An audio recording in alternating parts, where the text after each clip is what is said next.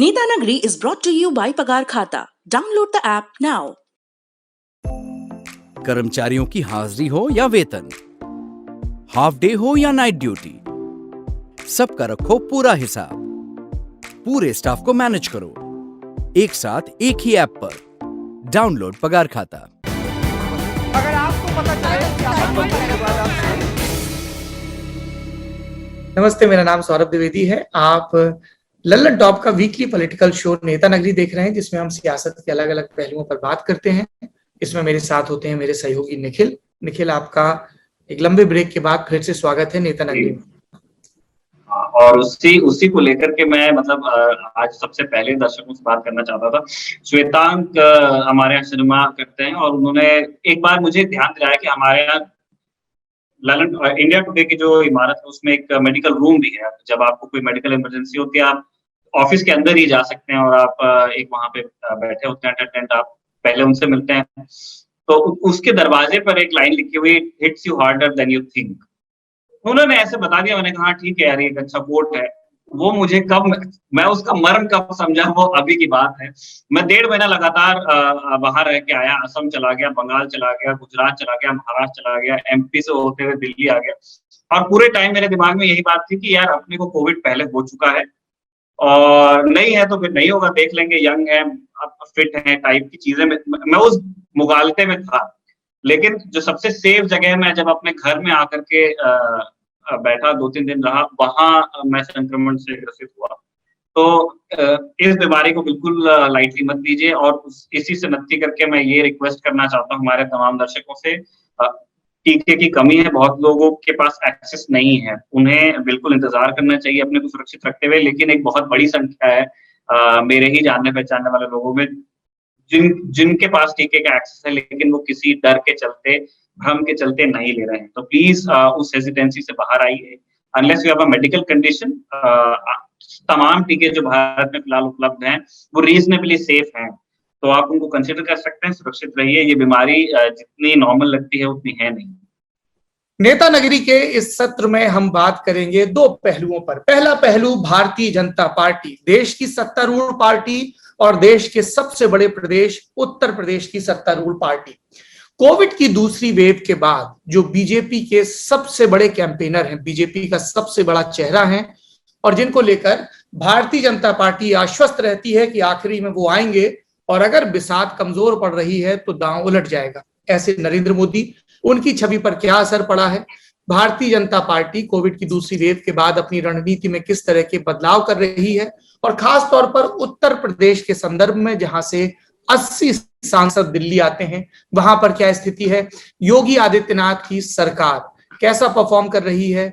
Image management कैसा हो रहा है? मंत्रिमंडल में फेरबदल की लगातार खबरें चल रही हैं। इन सब के बीच जब एक बड़ी सांगठनिक बैठक हुई लखनऊ में पार्टी के राष्ट्रीय संगठन महासचिव BL संतोष के नेतृत्व में, तो उन बैठकों के बाद जो अटकलों का दौर शुरू हुआ, उनका क्या आधार है और उत्तर प्रदेश को लेकर बीजेपी के सामने क्या चुनौतियां हैं, क्या अवसर हैं, इन पर विस्तार से बात करेंगे। साथ में बात करेंगे बहुजन समाज पार्टी पर, जिसका न्यूक्लियस उत्तर प्रदेश में है। क्या BSP एक स्पेंट फोर्स है?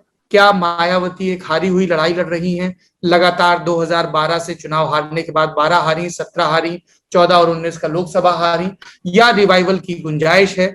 बसपा में अगली पीढ़ी के कौन दावेदार हैं? और इन सब के बीच एक खबर जो बीते दिन आई, जब हम शुक्रवार को ये बातचीत रिकॉर्ड कर रहे हैं, तो गुरुवार का डेवलपमेंट है कि जो विधानसभा में बसपा के नेता थे लालजी वर्मा, उन्हें मायावती ने पार्टी से निकाल दिया है। इसके अलावा एक और वरिष्ठ नेता थे राम अचल राजभर, उनको भी पार्टी से निकाल दिया गया है। तो एक लंबी फेहरिस्त है जो राशिद मसूद, सोनेलाल पटेल से शुरू होती है और यहां तक आती है। तो बसपा की चुनावी संभावनाओं पर भी चर्चा करेंगे। इस पूरी बातचीत में हमारे साथ होंगे हमारे सहयोगी निखिल भाट और 2 मेहमान जो कृपा पूर्वक नेता नगरी में अपनी आमद दर्ज करवाने के लिए राजी हुए हैं।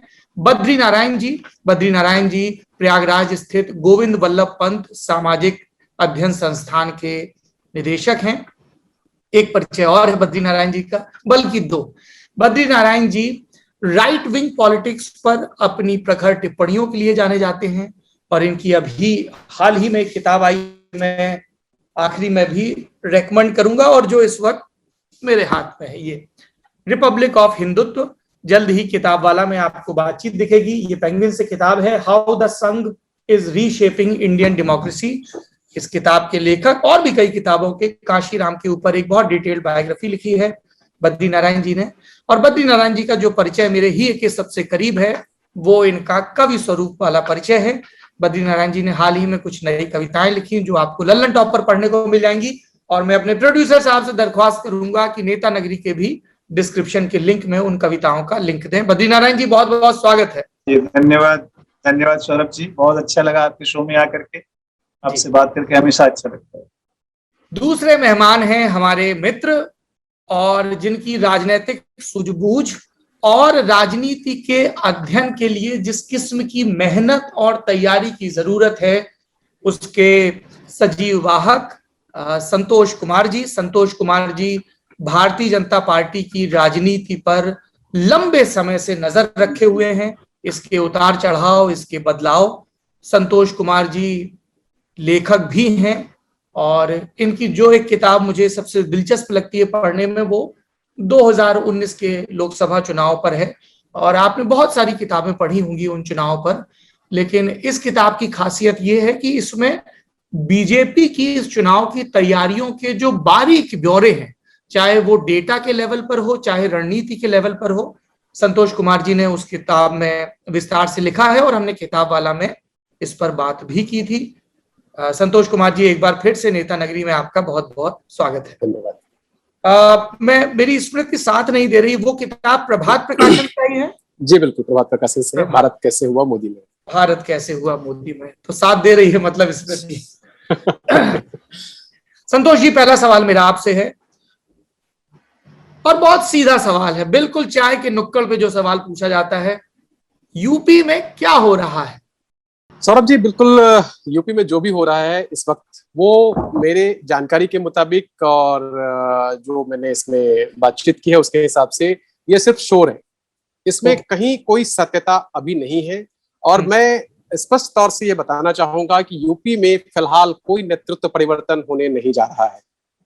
संगठन और दोनों ही स्तर पर, दोनों ही स्तर पे ना तो प्रदेश अध्यक्ष बदले जा रहे हैं अभी तक की जानकारी के मुताबिक बता रहा हूं मैं आपको, और ना ही नेतृत्व परिवर्तन योगी जी को हटाया जा रहा है और ना ही कैबिनेट में कोई रिशफल हो रहा है। अच्छा, उसमें भी कोई जुड़ाव घटाव नहीं? उसमें कोई जुड़ाव घटाव नहीं हो रहा है। उसके पीछे रीजन मैं आपको बताता हूं कि अभी समय बहुत कम है। अगर नेतृत्व परिवर्तन होता, जब आप चुनाव में जाने वाले हैं, मुश्किल से 5-6 महीने का समय बचा है, अगर साल भर का समय होता तो फिर आप कर सकते थे।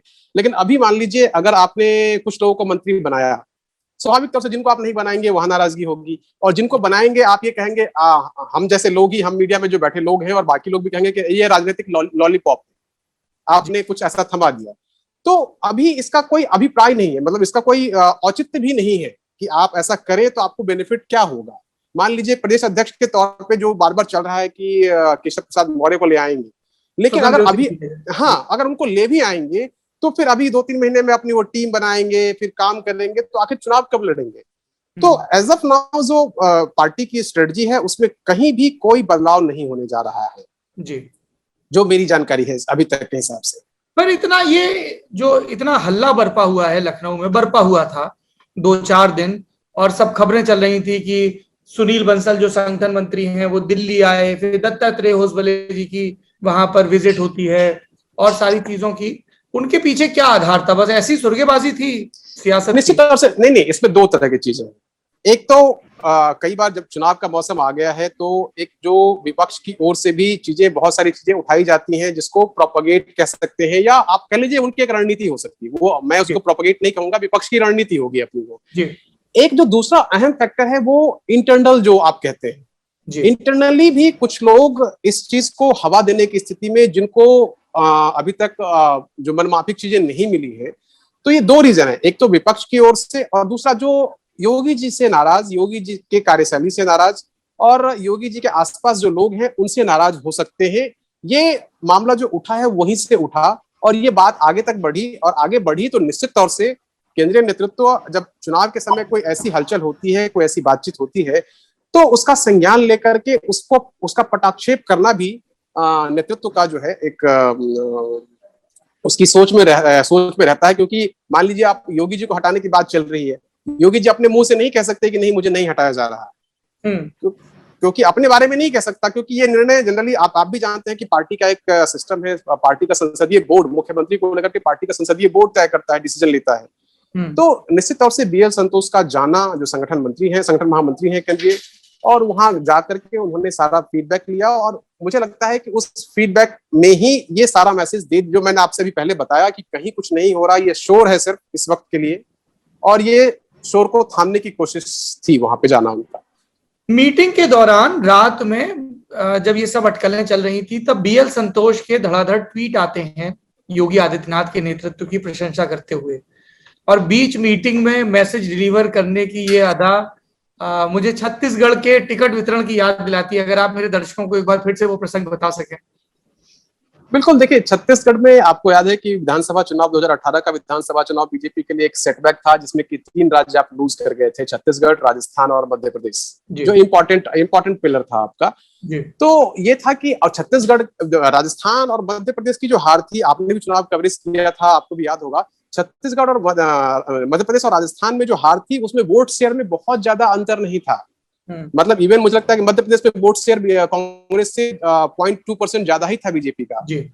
तो वोट शेयर में अंतर नहीं, लेकिन छत्तीसगढ़ में वो वोट शेयर काफी कम हो गया था, यानी आप लोग काफी नीचे आ गए थे। तो पार्टी को ये लगा था कि यहाँ एक बड़े बदलाव की जरूरत है, तो उन्होंने पार्टी मतलब जो कोर ग्रुप की मीटिंग होती है टिकट वितरण से पहले, आपको मालूम है, तो उस मीटिंग में कह दिया गया था कि आप नए चेहरों पर विचार करिए।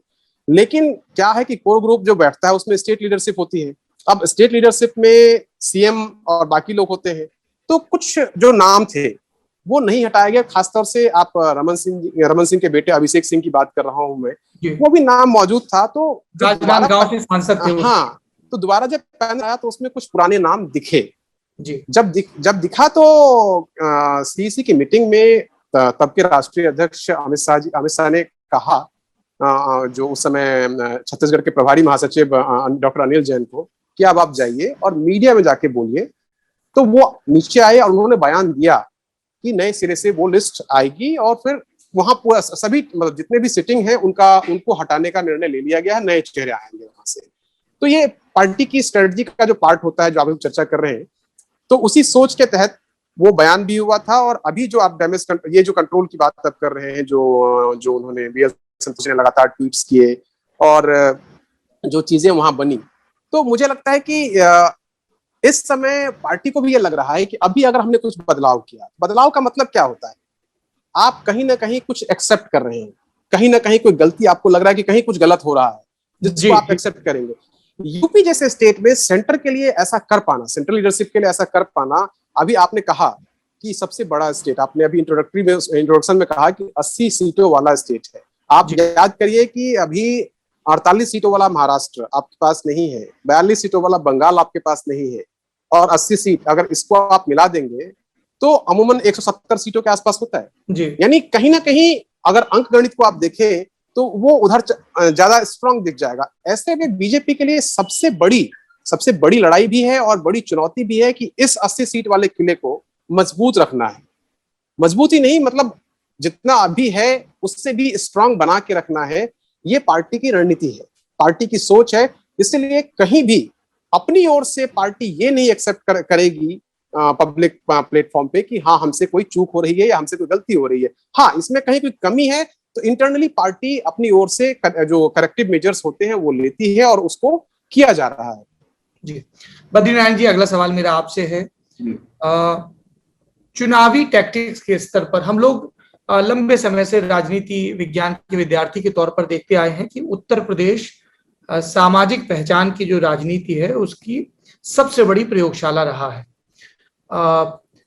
लोहिया जी के जमाने से हम देखें, चाहे वो पिछड़े पावे 100 में 60 संसोपा वाली नारे की बात करें, उसके बाद चौधरी चरण सिंह के फॉर्मूले की, अजगर फॉर्मूले की बात करें, राजनीति की बात करें, लोकदल की राजनीति फिर आगे जाकर बढ़ती है। लेकिन 90s में जो एक पूरा नारा आता है मंडल का, कमंडल का, बसपा का उभार 1984 ऑनवर्ड्स जिस तरह से होता है उत्तर प्रदेश की जमीन पर, जबकि काशीराम जी मूलतः पंजाब के रहने वाले थे, नौकरी उन्होंने महाराष्ट्र में की थी, लेकिन वामसेफ की और बसपा की जमीन यहां मजबूत हुई। इसके अलावा हम छोटे दलों के प्रयोग भी देखें, अगर बद्रीनारायण जी, चाहे वो पीस पार्टी का प्रयोग हो, अपना दल का प्रयोग हो, राजभर जी की पार्टी का प्रयोग हो, तो निषाद पार्टी का प्रयोग हो, इस तरह के लगातार प्रयोग सामने आते रहे। केशव मौर्य, जो महान दल का प्रयोग है, केशव प्रसाद मौर्य है मेरे ख्याल से उनका नाम, महान दल के जो मुखिया हैं। तो उत्तर प्रदेश में लगातार इस तरह के प्रयोग होते रहे हैं, और जो दो बड़े राष्ट्रीय दल हैं उनके सामने ये चुनौती भी रही है कि ये जो कास्ट आइडेंटिटी को असर्ट करने वाली गोलबंदी है, इसको कैसे काउंटर किया जाए। मौजूदा राजनीतिक हालात में आपको क्या लगता है बीजेपी की किस तरह की रणनीति बन रही है, क्या उनका दांव होगा? देखिए सौरभ, जो जातियां हैं उत्तर प्रदेश में, आपने जैसे बताया कि बहुत सारी छोटे छोटे दल, छोटी छोटी जातियां अपने पॉलिटिकल एस्पिरेशन को रिफ्लेक्ट करने के लिए छोटी छोटी पार्टियां, बहुत सारे उत्तर प्रदेश में बने। बीजेपी जो है वो एक तरह का कॉन्फेडरेशन ऑफ कहते हैं कई जातियों का सोशल समन्वय, कई जातियों का सोशल समन्वय। ये है बड़ी राष्ट्रीय दल। राष्ट्रीय दल भी क्या करती है कि जैसे उत्तर प्रदेश जैसे राज्य में, कि वो बहुत सारी छोटी छोटी जातियों को, बड़ी सारी जातियों को अलग अलग तरह से रिप्रेजेंटेशन दे करके उन्हें अपने एक ब्रॉडर फ्रेम में ले आती है। बीजेपी इसी रास्ते पर चलती रही है, इससे उसने जातीय रिप्रेजेंटेशन बहुत सारे उसको जातियों को दिया है, अपनी राजनीति में पद देना, जिम्मेवारियां देना, भूमिकाएं देना, ये सब उन्होंने किया है। अब सवाल है कि आगे, आपका प्रश्न है कि ये अभी क्या बीजेपी, तो मुझे लगता है कि जो बीजेपी का सोशल बेस है उत्तर प्रदेश में, वो अभी फ्रैगमेंट नहीं हुआ है। कोरोना ने आकर के एक ऐसा माहौल बनाया है जिसमें कि असंतोष सरफेस पर है, जिसको मैं कहता हूँ चक्रवात में असंतोष है, पर हवा जैसे घूमती रहती है वैसे घूम रहा है, लेकिन उसका कोई रूट नहीं है, सोशल रूट अभी उसका बन नहीं पाया है। वो तभी बनेगा जबकि पॉलिटिकल मोबिलाइजेशन उसका इस्तेमाल करे, पॉलिटिकल अपोजिशन उसका इस्तेमाल करके उसको सोशली रूटेड बनाएगी। वो अभी नहीं हुआ है। तो इसलिए अभी अगर आप माने तो जातियों के आधार पर अगर आप देखें तो बड़ी जातियां, जो ऊंची जातियां जो हैं, उनका जो झुकाव है वो तो उनकी तरफ है ही। और उन्होंने ओबीसी में एक अपना लीडरशिप डेवलप किया है, यानी कुर्मी, पटेल, मौर्य, ये जो आप देख रहे हैं, जो यादव, नॉन जाटव जो कास्ट मोबिलाइजेशन है, वो अभी भी बीजेपी की राजनीति की धुरी है, यानी ओबीसी और एमबीसी के बीच। एमबीसी एक बड़ा फैक्टर है जिसमें अभी बहुत सारा स्पेस है, बहुत सारे पॉलिटिकल फोर्सेस वहां पे अपना काम कर सकती है। मुझे लगता है बीजेपी अभी एमबीसी को मोबिलाइज करने की दिशा में अपनी पॉलिटिकल स्ट्रेटजी को शार्पन कर रही है और उस दिशा में आगे बढ़ रही है। अच्छा, पहले क्या था कि आप जिम्मेवारियां बड़े स्तर पर दे करके रिप्रेजेंटेशन देते थे। अब क्या है कि जिम्मेवारियां छोटे स्तर पर दे के भी आप रिप्रेजेंटेशन दे सकते हैं। पंचायत चुनाव में राज्य जिला अध्यक्ष बना करके आप कहते हैं ना, यू कैन गिव देम, आप उनको रिप्रेजेंटेशन छोटे छोटे स्तरों पर दे करके भी रिप्रेजेंटेशन दे सकते हैं और उनको अपने साथ जोड़ सकते हैं। ये भी चल रहा है साथ साथ, यानी वर्टिकल एंड हॉरिजॉन्टल दोनों लेवल पर कास्ट को अपने साथ जोड़ने का प्रयास बीजेपी कर रही है लगातार। जी, बद्रीनारायण जी, आपने अपने जवाब में एक टर्म का जिक्र किया, मेरा अगला सवाल वहीं से उपजता है। इस चीज को लेकर खूब बात हो रही है कि, और ये बात बीजेपी के कई बड़े नेता भी, विधायक भी, मंत्री भी ऑफ द रिकॉर्ड बातचीत में स्वीकारते हैं कि भाजपा सत्ता में आई है जो पिछड़ा वर्ग है उसके वोटों के सहारे। जो सवर्ण वोट बैंक था वो मोर और लेस इंटैक्ट था, कभी कभी चला जाता था टैक्टिकली इधर उधर कि अच्छा बसपा की सरकार आ रही है, या क्षत्रिय वोट बैंक 12 में सपा के साथ चला गया, 7 में ब्राह्मण बसपा के साथ चला गया। और वो भी उनका कहना है कि ऐसा नहीं होता कि सब चला जाता है, थोड़ा जाता है लेकिन माहौल बहुत बन जाता है।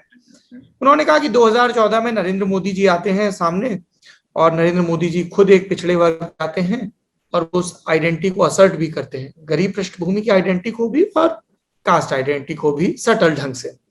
उसके बाद केशव प्रसाद मौर्य को पार्टी का अध्यक्ष बनाया जाता है, तो एक मोमेंटम बिल्ड होता है। लेकिन उनका ये कहना है, उन आलोचकों का, कि आपके जो मुख्यमंत्री हैं वो उन्हीं कथित सवर्ण जातियों से आते हैं, है ना। उसके बाद आपने डिप्टी सीएम 2 बनाए, उसमें एक ब्राह्मण का रिप्रेजेंटेशन कर दिया, एक आपने केशव प्रसाद मौर्य को बना दिया। और जो पिछड़ों को रिप्रेजेंटेशन की बात थी वो उतने बड़े लेवल पर दिख नहीं रही है, एमबीसी का रिप्रेजेंटेशन जो है। और इसके इर्द गिर्द पर वो ये कहते हैं कि बीजेपी को अगर ये वोट बैंक रिटेन करना है तो उनको और एग्रेसिवली प्रमोट करना पड़ेगा। कई लोग फिर ये सुर्गा भी चलाते हैं कि क्या ऐसा कुछ होगा कि जो असम मॉडल है, हालांकि एक वरिष्ठ पत्रकार ने मुझसे कहा कि ये पत्रकारों की थ्योरी ज्यादा है, भाजपा की थ्योरी कम है, कि 2021 के चुनाव में योगी आदित्यनाथ को सीएम के फेस के तौर पर प्रोजेक्ट करने के बजाय बीजेपी की एक कलेक्टिव लीडरशिप को प्रेजेंट किया जाएगा और विधानसभा के नतीजे आने के बाद अगर जीतते हैं तब यह तय किया जाएगा, जैसे असम में हुआ कि सर्बानंद सोनोवाल और हिमंत बिस्वा शर्मा दोनों को प्रोजेक्ट किया गया था।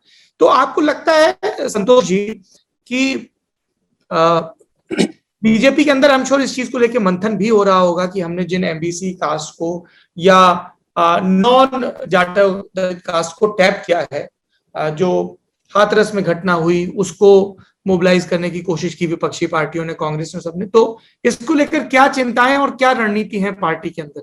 देखिए, मैंने पहले भी सौरभ जी बताया कि इस तरह का डिसीजन जो मुख्यमंत्री को लेकर खासतौर से होता है वो एक पार्लियामेंट्री बोर्ड लेता है। निश्चित तौर से आपने जो बातें कही कि उनके नेतृत्व में ऐलान घोषित करके लड़ा जाएगा या नहीं, मेन सवाल ये है।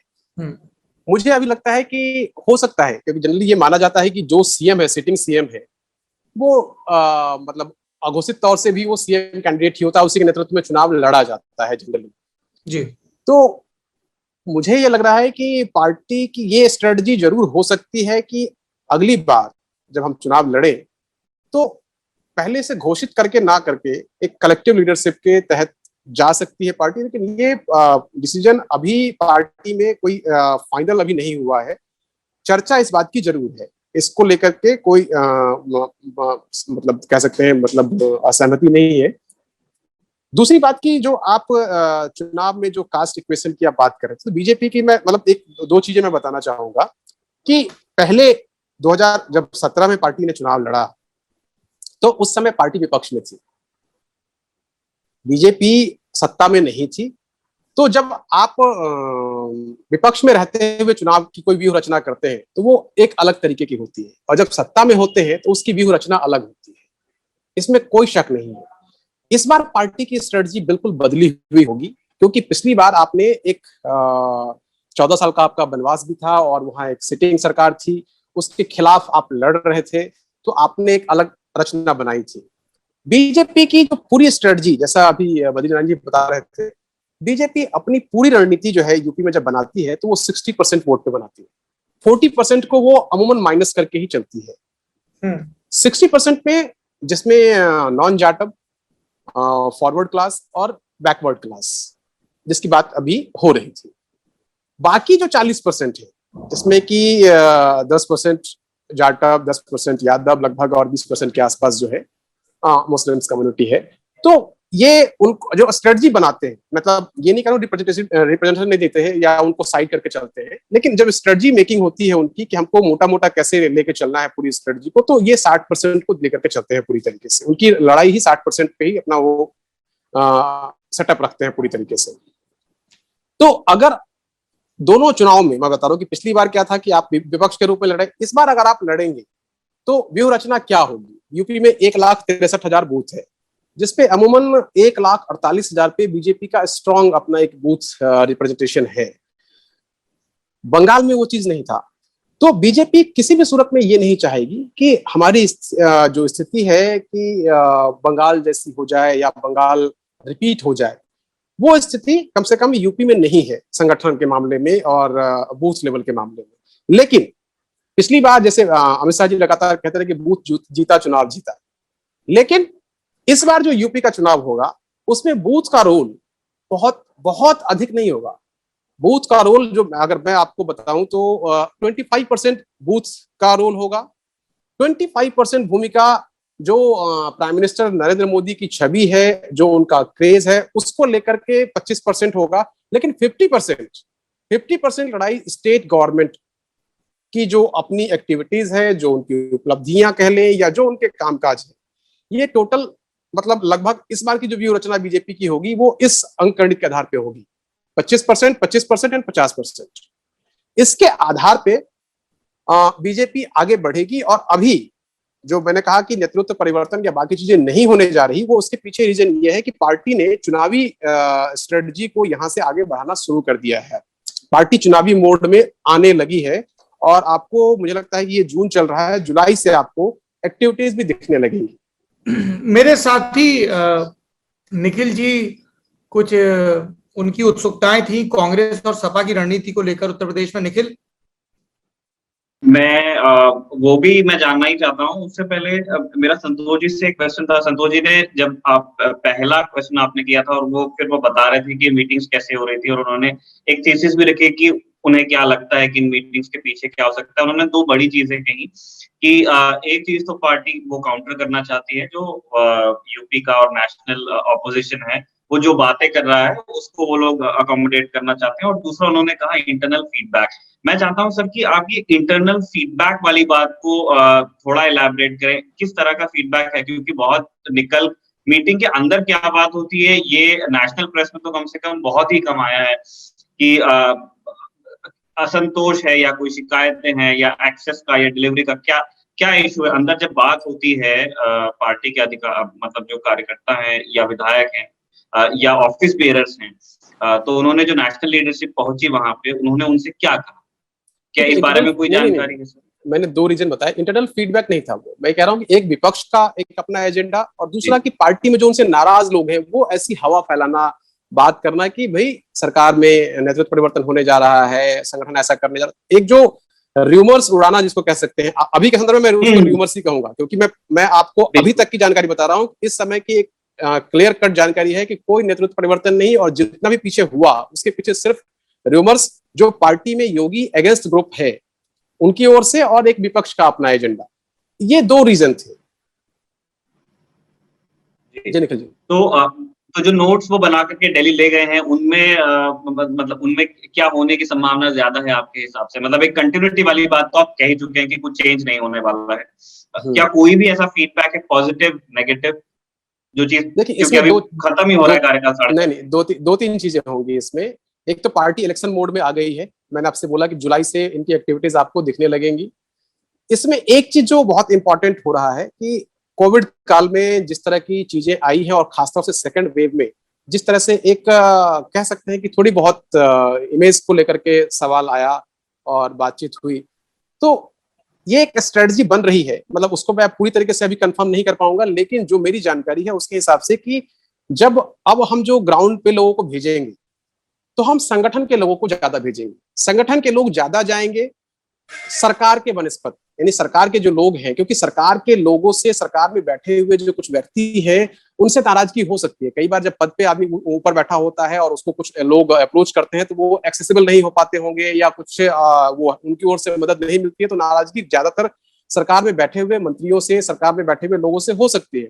लेकिन जो संगठन में जो ग्राउंड पे काम कर रहे हैं लोग, जो हमारे घर के आसपास होते हैं, जो कार्यकर्ताओं के घर, मतलब लोगों के घर के आसपास होंगे, ऐसे संगठन के लोगों को ज्यादा ग्राउंड पे भेजने की एक सोच बन रही है ओवरऑल इस मीटिंग के बाद, जो मेरी जानकारी है। हम सौरभ वाले सवाल पे आ जाते हैं। जी, बद्रीनारायण जी से हम वही सवाल जानना चाह रहे थे कि जो निखिल के तरफ जो सवाल टॉस किया था कि सपा और कांग्रेस की और बसपा की रणनीति को लेकर, मैं चाह रहा था कि बद्रीनारायण जी कुछ बताएं, क्या दिख रहा है अभी ऑन ग्राउंड?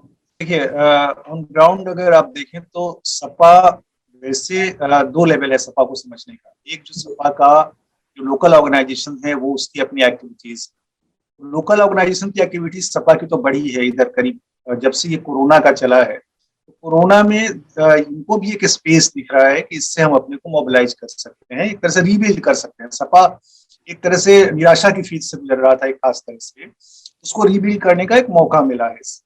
लेकिन जो उनका टॉप लीडरशिप है, उनके जो चेहरे हैं सपा में, वो चेहरे बहुत एक तरह से एक कहते हैं ना मुरझाए हुए चेहरे, यानी वो या तो ट्विटर पे संवाद कर रहे हैं या यानी उनकी जन व्याप्ति नहीं है। और ये मुझे लगता है जब तक इसको रिस्टोर नहीं करेगी समाजवादी पार्टी, तब तक एक बेहतर विपक्षकारों की भूमिका नहीं निभा सकती।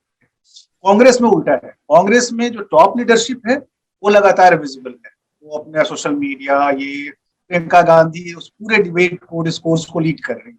लेकिन ग्रास रूट पर क्या है, ग्रास रूट पर वो इवेंट मैनेजमेंट होकर रह जाता है, यानी कहीं कुछ हुआ तो उसका फॉलो अप नहीं होता क्योंकि ऑर्गेनाइजेशन नहीं है। मान लीजिए वो निषादों के यहाँ आकर के बैठी, वहां पे उन्होंने सपोर्ट किया, तो अब उसके बाद फॉलो अप होना चाहिए, लेकिन उस फॉलो अप के लिए ऑर्गेनाइजेशन चाहिए। जो बीएसपी है उसमें वो भी बहुत इंटरेस्टिंग स्थिति में है इस समय। उनका जो टॉप लीडर है वो घर से नहीं निकल रही है, वो मीडिया में भी, सोशल मीडिया में भी बहुत कम रहती है, उसके लोग थोड़े बहुत रहते हैं जो भी रहते हैं, लेकिन उसका जो लोकल ऑर्गेनाइजेशन है वो अपने आप में अभी भी ट्रैक्ट है, स्ट्रांग है, लेकिन वो दूसरों को जोड़ पाने की शक्ति उसकी होती जा रही है।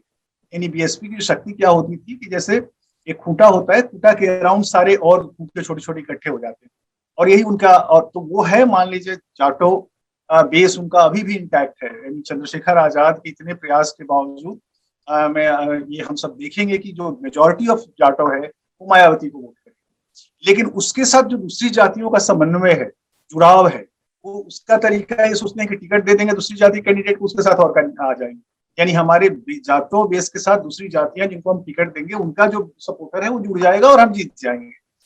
तो वो इस बार कमजोर होता हुआ दिख रहा है, क्योंकि सोशल अलायंस फॉर्म करने की शक्ति जिस पार्टी के पास ज्यादा होगी वही उत्तर प्रदेश की राजनीति में मजबूत होगी, महत्वपूर्ण होगी, और वो अभी भी बीजेपी को एज है इसमें। समाजवादी पार्टी, बीएसपी और कांग्रेस के तुलना में अगर देखें, बीजेपी को अभी भी उसमें एक प्रभावी भूमिका है, क्योंकि उसने अलग अलग कारणों से ढेर सारे सोशल ग्रुप्स को अपने तरफ जोड़ रखे हैं। रिप्रेजेंटेशन का आपने सवाल किया, बहुत अच्छा है कि ऊपर में वो रिप्रेजेंटेशन नहीं दिख रहा है, लेकिन जैसा मैंने बोला कि रिप्रेजेंटेशन के मल्टीपल लेयर्स होते हैं पार्टी में। जैसे मान लीजिए आपने एमएलए का टिकट दे दिया, बहुत सारे एक जाति के 10 लोग या 5 लोग एमएलए होके आ जाते हैं, तो वो अपने को एक विजिबिलिटी उसको मिल जाती है। तो हम अगर एनालाइज करें बीजेपी के स्ट्रक्चर को, तो आपको पता चलेगा कि बहुत सारी जातियों को उन्होंने अलग अलग तरह से रिप्रेजेंटेशन दे रखे हैं। मिनिस्ट्री में भले ना दिखे वो चेहरे, भले ही वो चेहरे योगी और योगी के साथ न दिखे, लेकिन हॉरिजॉन्टल पॉलिटिक्स में उन्होंने बहुतों को अपने साथ कॉन्शियसली जोड़ा है, यानी वो उनकी स्ट्रेटेजी का हिस्सा है। It's well planned strategy. जी सौरभ जी, इसी में जैसे बद्री जी ने कहा, उसमें मैं एक एग्जांपल जोड़ूंगा। आपने जो मेरी किताब में भी मैंने जिक्र किया था, जो 2017 में चुनाव जीते थे, तो यूपी में इसी कास्ट इक्वेशंस की जो बात कर रहा हूं मैं, उसमें मैंने एक लिखा है कि कैसे जब सुनील बंसल पहले अमित शाह जी के साथ सह प्रभारी के रूप में मतलब असिस्ट कर रहे थे लोकसभा चुनाव में, और बाद में संगठन मंत्री बन के गए वहां पे, तो उनको एक कार्यकर्ता ने फेसबुक पे 2 फोटो पोस्ट किया था। एक 6 महीने पुरानी फोटो थी और 6 महीने बाद की फोटो थी, मतलब यानी 2 फोटो एक ही मंच की फोटो थी, और उन्होंने लिखा था कि बदलती भाजपा। तो उस संगठन मंत्री ने उस कार्यकर्ता को फोन किया, तो कार्यकर्ता ने पूछा उनसे कि इसका क्या मतलब है। तो उन्होंने ये बताया कि भाई साहब, आप उस दोनों फोटो को देखिए, यानी जो पहली वाली जो तस्वीर थी, उसमें मंच पे मैक्सिमम फॉरवर्ड क्लास के जो रिप्रेजेंटेटिव हैं वो ज्यादा बैठे हुए थे, लेकिन जो नेक्स्ट फोटो था उसमें एमबीसी, दलित्स और फॉरवर्ड कास्ट, यानी कास्ट का पूरा एक गुलदस्ता बना करके, सामाजिक समीकरण का एक गुलदस्ता बना करके रखा हुआ था। जो ये अभी बद्री जी कह रहे हैं कि बीजेपी एक कनेक्ट करके रखी हुई है बीजेपी, और बीजेपी में एक चीज, जो बीजेपी की स्ट्रेटजी का जो भी मैं जिक्र कर रहा हूँ, उसमें बिल्कुल सही बात है कि बीजेपी अभी मायावती को लेकर के बहुत क्लियर नहीं है। मायावती कहाँ है, क्या कर रही है, मायावती को लेकर अभी कोई क्लैरिटी बीजेपी के अंदर नहीं है, क्योंकि वो कहीं दिख नहीं रही है। हाँ, लेकिन अखिलेश को लेकर के जो समाजवादी पार्टी है, उसको लेकर के पार्टी बहुत क्लियर है कि पंचायत चुनाव के रिजल्ट के बाद ये एक एहसास हुआ है कि ठीक है, एक अपोजिशन भी अपने आप को थोड़ा सा अपने आप को आगे बढ़ाता हुआ दिख रहा है, लेकिन जो बाकी जो 20% वाला मामला है उसको बीजेपी पूरी तरीके से माइनस करके ही चले। जी, सपा के केस में तो वो दिख ही रहा है कि उनके पास नेता है, काडर है, नैरेटिव नहीं है काउंटर करने के लिए। बद्रीनारायण जी, मेरा आखिरी सवाल आपसे है, बसपा में फिर से उठापटक दिख रही है और इस चीज को लेकर बहुत चर्चा हो रही है और दशकों से हो रही है, दरअसल मतलब कम से कम 6-8 साल से तो हो ही रही है कि मायावती का राजनीतिक वारिस कौन। इन बिंदुओं पर अगर आप प्रकाश डाल सकें, लालजी वर्मा वगैरह को हटाया जो मैंने शुरुआत में बताया था वो। ये मायावती का, जब तक मायावती है कोई वारिस नहीं, वैसे मायावती खुद अपना वारिस है। लेकिन जैसा होता है कि पॉलिटिक्स में आप दूसरे को कल्टीवेट करते हैं, पॉलिटिक्स जो वही पॉलिटिक्स सफल होती है जो अपना सेकंड लीडरशिप पैदा करती है। तो अगर आप वैसे देखें तो जो इस तरह होता क्या है कि बीएसपी भी धीरे धीरे एक परिवार की पार्टी जैसी, यानी इसका एक डेमोक्रेटिक जो चरित्र है टॉप लेवल पे वो खत्म हो गया है। तो ऐसे में अगर आप देखें तो उनका जो भतीजा है वो सेकंड लीडरशिप के रूप में इमर्ज कर सकता है। सतीश जी से कोई आप आशा नहीं कर सकते हैं उनको लीडरशिप। भतीजा उनका आकाश, उनके भाई आनंद का बेटा आकाश, हाँ आकाश को उन्होंने पिछले चुनाव में भी आपने देखा होगा कि बहुत महत्वपूर्ण ढंग से फ्लैश किया था, अपने साथ रखी थी। और आकाश टेक्नो सेवी हैं, मतलब ट्रेंड हैं, पढ़े लिखे हैं। वो सारा जो एक जो दलित इलीट है, दलित इलीट को सूट भी करते हैं। तो उस डिस्कोर्स में वो हो सकता है, क्योंकि अब बीएसपी के पॉलिटिक्स का कैरेक्टर भी बदल रहा है, क्योंकि जो दलित मास है उसका चरित्र बदल रहा है। दलित मास पहले एक कहते हैं ना जो रूरल लीडरशिप को, रूरल काइंड ऑफ नेता को पसंद करती थी, लेकिन अब उनका जो ओपिनियन मेकर क्लास है उसमें भी एक खास तरह का अभिजात्य, जो पढ़ा लिखा या स्मार्ट, उस तरह का इमेज वहां भी अब फ्लैश महत्वपूर्ण होने लगा है। तो बीएसपी के जो सेकंड लीडरशिप है उसमें अभी भी कोई नाम नहीं दिख रहा है, क्योंकि उन्होंने किसी को सेकंड लीडरशिप बनने नहीं दिया। जितने लोग बने, आपने देखा होगा कांशीराम के समय से जो जितने लोग थे उस समय से ही निकालने की प्रक्रिया शुरू हो गई, एक एक करके, बिल्कुल एक एक करके वो आज तक चली आ रही है। किसी को उन्होंने, यानी मायावती के सिवा और कोई ना दिखे। ये जो एक मीडिया में भी और पब्लिक वॉइस फेस में भी, लाइफ में भी, ये एक उनका बहुत विचित्र स्ट्रेटेजी है। मुझे नहीं पता क्यों है और किन कारणों से है, लेकिन सेकंड लीडरशिप का मामला यही है। लेकिन जो बीएसपी की क्राइसिस है सौरभ जी, वो ये है, और बीएसपी की नहीं, पूरे उत्तर प्रदेश का पोजीशन की क्राइसिस है। जो आपने कहा कि वो एक, आपने वो बात कह ही दी है एक तरह से, कि उनके पास अपना कोई नैरेटिव नहीं है, ऑल्टरनेटिव नैरेटिव नहीं है। यानी बीजेपी को अगर काउंटर करना है तो आपके पास क्या नैरेटिव है? जैसे सोशल जस्टिस का नैरेटिव, यानी आरक्षण मिलना चाहिए, या दलितों के साथ अन्याय हुआ है, दलितों के साथ अन्याय हो रहा है, वो फेडेड हो रहा है। अन्याय हो रहा है, ऐसा नहीं है कि अन्याय नहीं हो रहा है, लेकिन वो नैरेटिव में, बड़े नैरेटिव का रूप में अब नहीं रह जाएगा। तो अब आपको देखना ये, अच्छा दलित जनता का भी चरित्र बदल रहा है, उनकी लाइकिंग बदल रही है, दलितों को जो जाति का हिंदुत्वकरण हुआ है, दलितों में भी एक हिंदुत्व कॉन्सियसनेस का प्रसार हुआ है। बहुत सारी चीजें घटित हुई है इस पिछले 20 सालों में, यानी 90 के बाद में ड्रेस्टिक चेंज है सामाजिक समूहों के चरित्र में। तो अब उसका परिणाम, अब उसमें बीएसपी या समाजवादी पार्टी किस तरह से एक नई नैरेटिव खड़ा करती है, सोशल जस्टिस के नैरेटिव को लेते हुए उससे भी बड़ी कोई नैरेटिव खड़ी करे, तभी बीजेपी की नैरेटिव को काउंटर कर पाएगी। बीजेपी का नैरेटिव बहुत बड़ा नैरेटिव है, बहुत सर्किल उसका बड़ा है। उस सर्किल को सोशल जस्टिस का नैरेटिव एक छोटा सर्किल तो बनाता है, लेकिन बहुत बड़ा सर्किल नहीं बना पाए, बशर्ते कि कोई इस तरह का बयान ना आ जाए जैसे बिहार इलेक्शन में मोहन भागवत का बयान आ गया था। अगर उस तरह कोई बयान आ जाता है तो फिर सारी पॉलिटिक्स रिवॉल्व उलट जाएगी। तो एक नैरेटिव की, भाषा की क्राइसिस, यानी बीएसपी की क्या भाषा होगी अगले राजनीति में, मोबिलाइजेशन की लैंग्वेज क्या होगी, नैरेटिव क्या होगा, ये क्राइसिस बीएसपी के साथ भी है, एसपी के साथ भी। कांग्रेस के साथ ही क्राइसिस नहीं, कांग्रेस के पास क्लियर कट नैरेटिव है उसके पास, लेकिन उसके पास क्राइसिस उत्तर प्रदेश में मास बेस कार्डर्स की, संगठन की, जो नहीं है। और वो कैसे बनेगा ये लगता है कांग्रेस और नेता। हालांकि मैंने कहा था कि ये आखिरी सवाल है, पर आप दोनों विद्वानों से एक सवाल, कॉमन सवाल है दोनों लोगों से।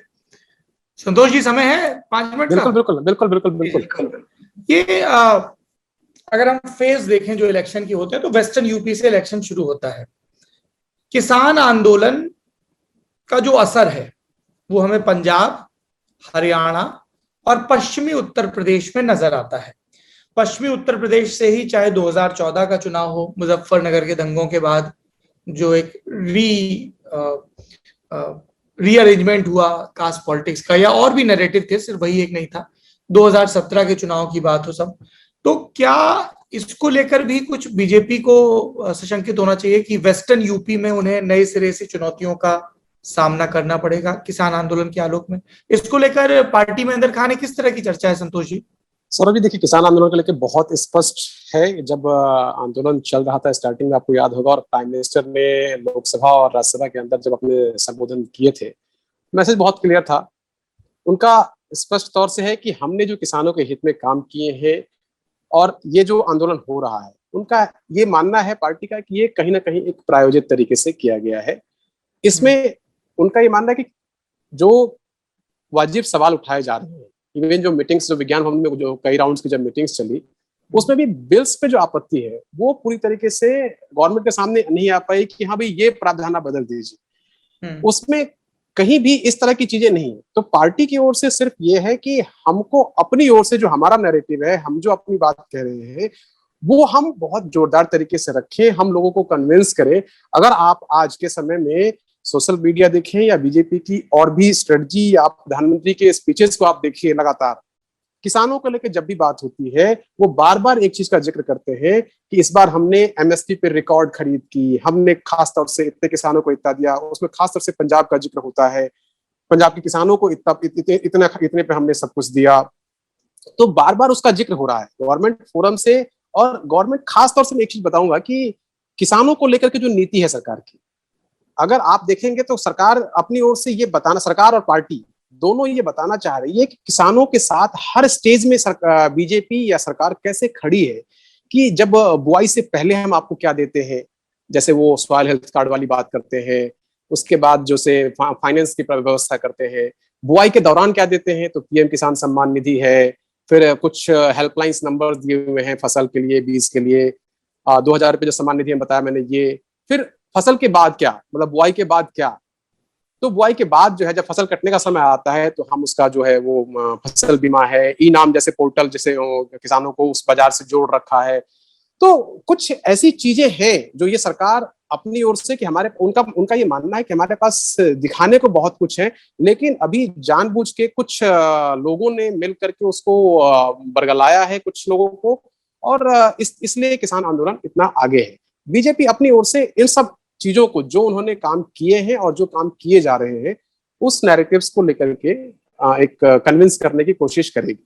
जी बद्रीनारायण जी। देखिए सौरभ जी, मेरा ये मानना है, एक स्टोरी का एक साइड संतोष जी ने बोला, दूसरी साइड में बताना चाहूंगा जी कि अगर आप ट्रैक देखें पंजाब किसान आंदोलन के प्रभाव, किसान आंदोलन का प्रभाव तो पड़ेगा अगले चुनाव के जो पूरी जो स्वरूप है उसको किसी न किसी रूप में पड़ेगा। डिस्कोर्स को तो प्रभावित करेगा ही, वोटिंग को भी प्रभावित करेगा, लेकिन किसको, कौन है, यानी पंजाब से लेके अगर आप देखें तो पश्चिमी प्रदेश और राजस्थान, ये कुछ 2-3 जातियों का बेस जो है किसान आंदोलन का, अगर आप बेस में देखें 2-3 जातियां महत्वपूर्ण, और वो 2-3 जातियां ही उनका लॉस होगा।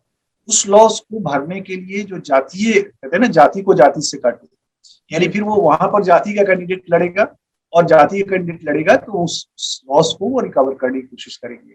अगर आप देखें तो किसान आंदोलन, वैसे किसान आंदोलन नेता कहते हैं कि पूरे देश का आंदोलन, उत्तर प्रदेश, बिहार भी है, पश्चिम बंगाल भी, हर जगह के रिप्रेजेंटेशन भी वहां दिखाई पड़ता है, लेकिन वहां पर वो पॉपुलर नैरेटिव नहीं बन पाया। पॉपुलर नैरेटिव वो इन्हीं क्षेत्रों में बना है जो दिल्ली के आसपास, हरियाणा, पश्चिमी प्रदेश और पंजाब। और यहाँ पर जो बीजेपी फिर देखिएगा एक तरह से यानी जो अगेंस्ट में डोमिनेंट कास्ट वर्सेस अदर्स का एक सोशल अलायंस तैयार करेगी। जैसे जाट के वर्सेस जितनी अदर जातियां हैं वो, और जाट के तो वोट काटने की कोशिश ही करेगी, मतलब वो जाति से अगर उस जाति का कैंडिडेट लड़ेगा तो उनका अपना होगा, और शेष अदर जातियों को अपने साथ जोड़ेगी और जोड़ करके उनका मुकाबला करेगी। यानी क्राइसिस देखिए बीजेपी के साथ जो संतोषी करते हैं ना कि जो आप सही में कर रहे हैं, आप बताते हैं आपने ये किया, हमने ये किया, वो तो ठीक है, लेकिन क्या होता है कि चुनावों में एक बड़े नैरेटिव की जरूरत है। बड़ा नैरेटिव बीजेपी को अभी खड़ा करना है किसान आंदोलन को लेकर। अभी मुझे लगता है कि जो जद्दोजहद है वहां भी वो यही है कि ठीक है, हमें अपने को डिफेंड तो करना है, अपने पोजीशन को डिफेंड करना है, लेकिन पोजीशन का एक वृत्तांत तो खड़ा करना है। उस पोजीशन का वृत्तांत अभी खड़ा होना है, वो शायद अगले चुनाव को इवॉल्व करके आ जाए, और वो भी आएगा तो मोदी की तरफ से ही आएगा। आप देखिएगा उसको भी जो भाषा है वो मोदी ही देंगे, उसको कहते हैं उसमें भाव योगी जी भरेंगे, उसमें कहते हैं ना, लेकिन भाषा वही दी। तो ये एक मुझे लगता है कि इस तरह से ये राजनीति शायद होगी। और कोरोना, देखिए अभी हम लोगों ने जो बात नहीं करी वो कोरोना, आपने शुरू में कहा था कोरोना का जो इम्पैक्ट है उसको और गहराई से हम लोग शायद ये बात क्योंकि वो इनके ब्रांड मैनेजमेंट के लिए सबसे बड़ा ऑब्स्टेकल है, क्योंकि शायद ही कोई व्यक्ति हो जो ये ना जानता हो कि उसके करीब का कोई व्यक्ति ना गुजरा हो, है ना। तो जो आंकड़े को लेकर बात हो रही है कि आप नंबर नहीं, हर व्यक्ति के पास कहानी है अपनी एक, तो वो कितनी प्रभावी होगी। और सबसे बड़ी बात यह है कि जो एक मच रिपीटेड टर्म है टीना फैक्टर की, क्या कोई ऐसा क्रेडिबल अपोजिशन है जो ऐसा नैरेटिव पेश करे कि जो नाराजगी अगर इनसे है तो वो उस तरफ ट्रांसफर हो, जैसा बीजेपी कर ले गई 2014 या 2017 के चुनाव में? ठीक है संतोष जी, बद्रीनारायण जी, आपने इतना समय दिया, बातचीत की, बहुत बहुत धन्यवाद आपका। नेता नगरी के इस सत्र में हम बात करेंगे बंगाल की राजनीति पर। नरेंद्र मोदी बनाम ममता बनर्जी, लोगों को लगा कि चुनाव के नतीजे आने के बाद फिलहाल इस बनाम में कुछ ठंडक रहेगी, लेकिन अल्पन बंदोपाध्याय का प्रकरण हुआ, प्रधानमंत्री वहां पर पहुंचते हैं यास चक्रवात की समीक्षा के लिए, मुख्यमंत्री वहां पर देर से आती हैं, रुकती नहीं है, और उसके बाद उनके चीफ सेक्रेटरी को नोटिस भेजा जाता है और उसके बाद वो उन्हें राजनीतिक सलाहकार बना लेती है। इससे इतर एक बात चल रही है और कि किस तरह से कई नेता जो भाजपा में चले गए थे चुनाव के पहले, अब वो तृणमूल में वापसी का रास्ता तलाश रहे हैं। और तीसरा बिंदु जिस पर कोलकाता में खूब चर्चा हो रही है, मुकुल रॉय का, ये सब सवाल है जो हमारे सामने, और इन पर बात करने के लिए हमारे साथ वरिष्ठ टिप्पणीकार जयंत घोषाल मौजूद है। जयंत, आपका बहुत बहुत स्वागत है। और पहला सवाल मेरे साथी निखिल पूछेंगे। सर, बात वहीं से हम शुरू करना चाहते हैं जहां से हाल में बात शुरू हुई है, अल्पन बंदोपाध्याय। जो चीज हो रही है वो तो हम दिल्ली में सुनते ही हैं। अब हम चाहते हैं ये बात वहां से शुरू होगी, अल्पन बंदोपाध्याय की यूटिलिटी क्या रही है ममता बनर्जी के लिए एज एन ऑफिसर और एज ए कॉन्फिडेंट, क्योंकि उन्होंने सब सीनियर मोस्ट पोजीशन पे ममता ने रखा था और जब उनको दिल्ली बुलाया जाता है तो वो टूथ एंड नेल फाइट करती है। तो इसे दो तरह से समझने की कोशिश हुई कि एक तो वो एडमेंट नेचर है कि नहीं, मैं अपना ऑफिसर नहीं भेजने वाली हूँ क्योंकि तुमने बुलाया है, और दूसरी बात ये कहेंगे कि नहीं, अल्पन बंदोपाध्याय का जो वहां पे करियर रहा है ममता बनर्जी सरकार में, उससे इतर भी उनकी संबंध है। क्या रोशनी डाल सकते हैं सर आप अल्पन बंदोपाध्याय की यूटिलिटी पे फॉर ममता बनर्जी इस प्रेजेंट विवाद से इतर में?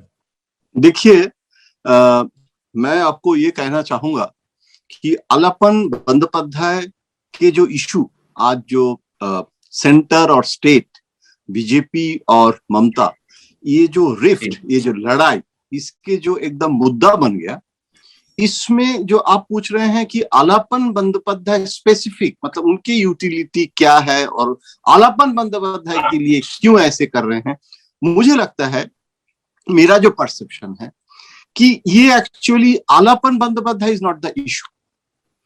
एक्चुअल इशू है कि बीजेपी और दिल्ली के खिलाफ ममता के साथ जो है उसमें वो स्केपगोट बन गए। नहीं तो 87 में अल्पन बंदोपाध्याय आईएएस में आया और मैं 84 से जर्नलिज्म में अल्पन बंदोपाध्याय की पूरी जो ट्रैक रिकॉर्ड है मैंने देखा है। He was not popularly known as a Mamata's man, he was not, rather उसको होम सेक्रेटरी नहीं बनाया था और उसके कारण बहुत शिकायत हुआ था कि वो ममता बनर्जी अल्पन बंदोपाध्याय को इसीलिए नहीं बनाया कि वो ऑनेस्ट ऑफिसर है, वो एक्चुअली न्यूट्रल है। लेकिन बाद में एज चीफ सेक्रेटरी वो जब काम शुरू किए और ये उसका लास्ट पोस्टिंग था, तो उस समय भी हर इशू में वो बहुत टेक्स्ट बुक ब्यूरोक्रेट माना जाता है, किताब लिखे हैं, बहुत बहुत एजुकेटेड है, बहुत फर्स्ट हुआ था आईएएस में और स्कूल रिकॉर्ड भी बहुत अच्छा है। लेकिन इस बार क्या हुआ, इस इशू में Alapan Bandyopadhyay was not the issue. Mamata Bandyopadhyay ने ये जो किए हैं, मतलब प्राइम मिनिस्टर के इशू में जो प्रोटोकॉल को जो तोड़ना, मैं एज ए इंडिपेंडेंट जो विश्लेषक मुझे लगता है कि ममता बंदोपाध्याय को ये नहीं करना चाहिए, जितना भी बड़ा मतलब आपका इंपॉर्टेंट एजेंडा रहे। और इसके पहले भी ये हुआ है, ऐसे नहीं है कि ये पहली बार है। तो प्रधानमंत्री को टॉप प्रायोरिटी देना, ये नरेंद्र मोदी जी के लिए नहीं, लेकिन प्रधानमंत्री पश्चिम बंगाल के भी प्रधानमंत्री हैं, ये अखंड भारत है। लेकिन उस समय ममता बनर्जी ने जो एक्सप्लेनेशन दे रहे हैं, और वो एक्सप्लेनेशन में मुझे लगता है ये कंडीशनल रिफ्लेक्स एक्शन जिसको हम लोग कहते हैं ना, वो शुभेंदु अधिकारी एक समय बीजेपी जय श्री राम बोलने से वो पॉलिटिकली इरिटेटेड कर देते थे ममता को, और आज भी शुभेंदु अधिकारी को नाम लेना, और क्योंकि this is the only victory point of BJP in this whole debacle. BJP lost the plot in West Bengal, हार गए हैं, लेकिन शुभेंदु अधिकारी जीतते हैं। ममता बनर्जी को पहली बार एक चीफ मिनिस्टर पश्चिम बंगाल के इतिहास में हारने के बाद चीफ मिनिस्टर बने। प्रफुल्ल सेन हार गए थे, चले गए थे, बुद्धदेव भट्टाचार्य हार गए थे, चले गए थे। तो ये जो इशू है, ये ईगो इशू जो अनफॉर्चुनेट है बंगाल के लिए, बहुत बड़ा अनफॉर्चुनेट मुद्दा है। और अभी तो मुझे लग रहा है कि Mamata Banerjee also she has realise कि ये जरूरत से ज्यादा हो गया। आप चीफ मिनिस्टर है, आप सेक्रेटेरिएट में बैठ के चीफ सेक्रेटरी के सामने आप हिटलर बोल रहे हैं प्रधानमंत्री को, ये अच्छी परंपरा नहीं है। हिटलर, मैं सुन नहीं पाया क्या इसका मतलब क्या होता है? सॉरी, अच्छा, हिटलर, जी जी, हिटलर, स्टालिन, हाँ। तो ये मुझे लगता है ममता बनर्जी को भी गवर्नेंस के इशू और पॉलिटिक्स को डीलिंग करना चाहिए, क्योंकि बीजेपी को भी करना चाहिए, क्योंकि जो चुनाव का नतीजा हुआ है उसमें 200 से ऊपर संख्या लेके ममता आ गए, तो उसके जो extension of politics in secretariat, इसमें फायदा ममता का कुछ नहीं है, बीजेपी का ही फायदा हो रहा है। और गवर्नर का जो रोल है इसमें भी बहुत महत्वपूर्ण है। तो मुझे लगता है अभी इस समय प्रधानमंत्री जी के साथ ममता बनर्जी का आलापन का जो चैप्टर, वो कल बोले हैं कि चैप्टर इज ओवर। इसका मतलब ममता बनर्जी भी इससे ज्यादा आगे नहीं बढ़ना चाहते हैं, और ब्यूरोक्रेट को ये करना चाहिए या नहीं करना चाहिए, डिजास्टर मैनेजमेंट एक्ट में आप अरेस्ट भी कर सकते हैं, लेकिन अगर आप चीफ सेक्रेटरी को आज अरेस्ट करेंगे सेंटर, तो आप political reaction in Bengal is also very pro Alapan, he's a ideal Bengali identity, और उसमें पॉलिटिकली बीजेपी का क्या फायदा होगा मुझे पता नहीं है, मुझे तो लगता है नुकसान ही हो रहा है। लेकिन ये एक सेंटर स्टेट ईगो कॉन्फ्लिक्ट हो गया है जिसको रिजॉल्व करना चाहिए, मुझे ये लगता है। और प्राइम मिनिस्टर, चीफ मिनिस्टर एक मीटिंग भी होना जरूरी है इस समय बंगाल की भलाई के लिए, कोविड की सिचुएशन में, डेवलपमेंट की सिचुएशन। सर, अब इसी मतलब आपने जो जवाब दिया उसी से हमारा अगला सवाल आता है।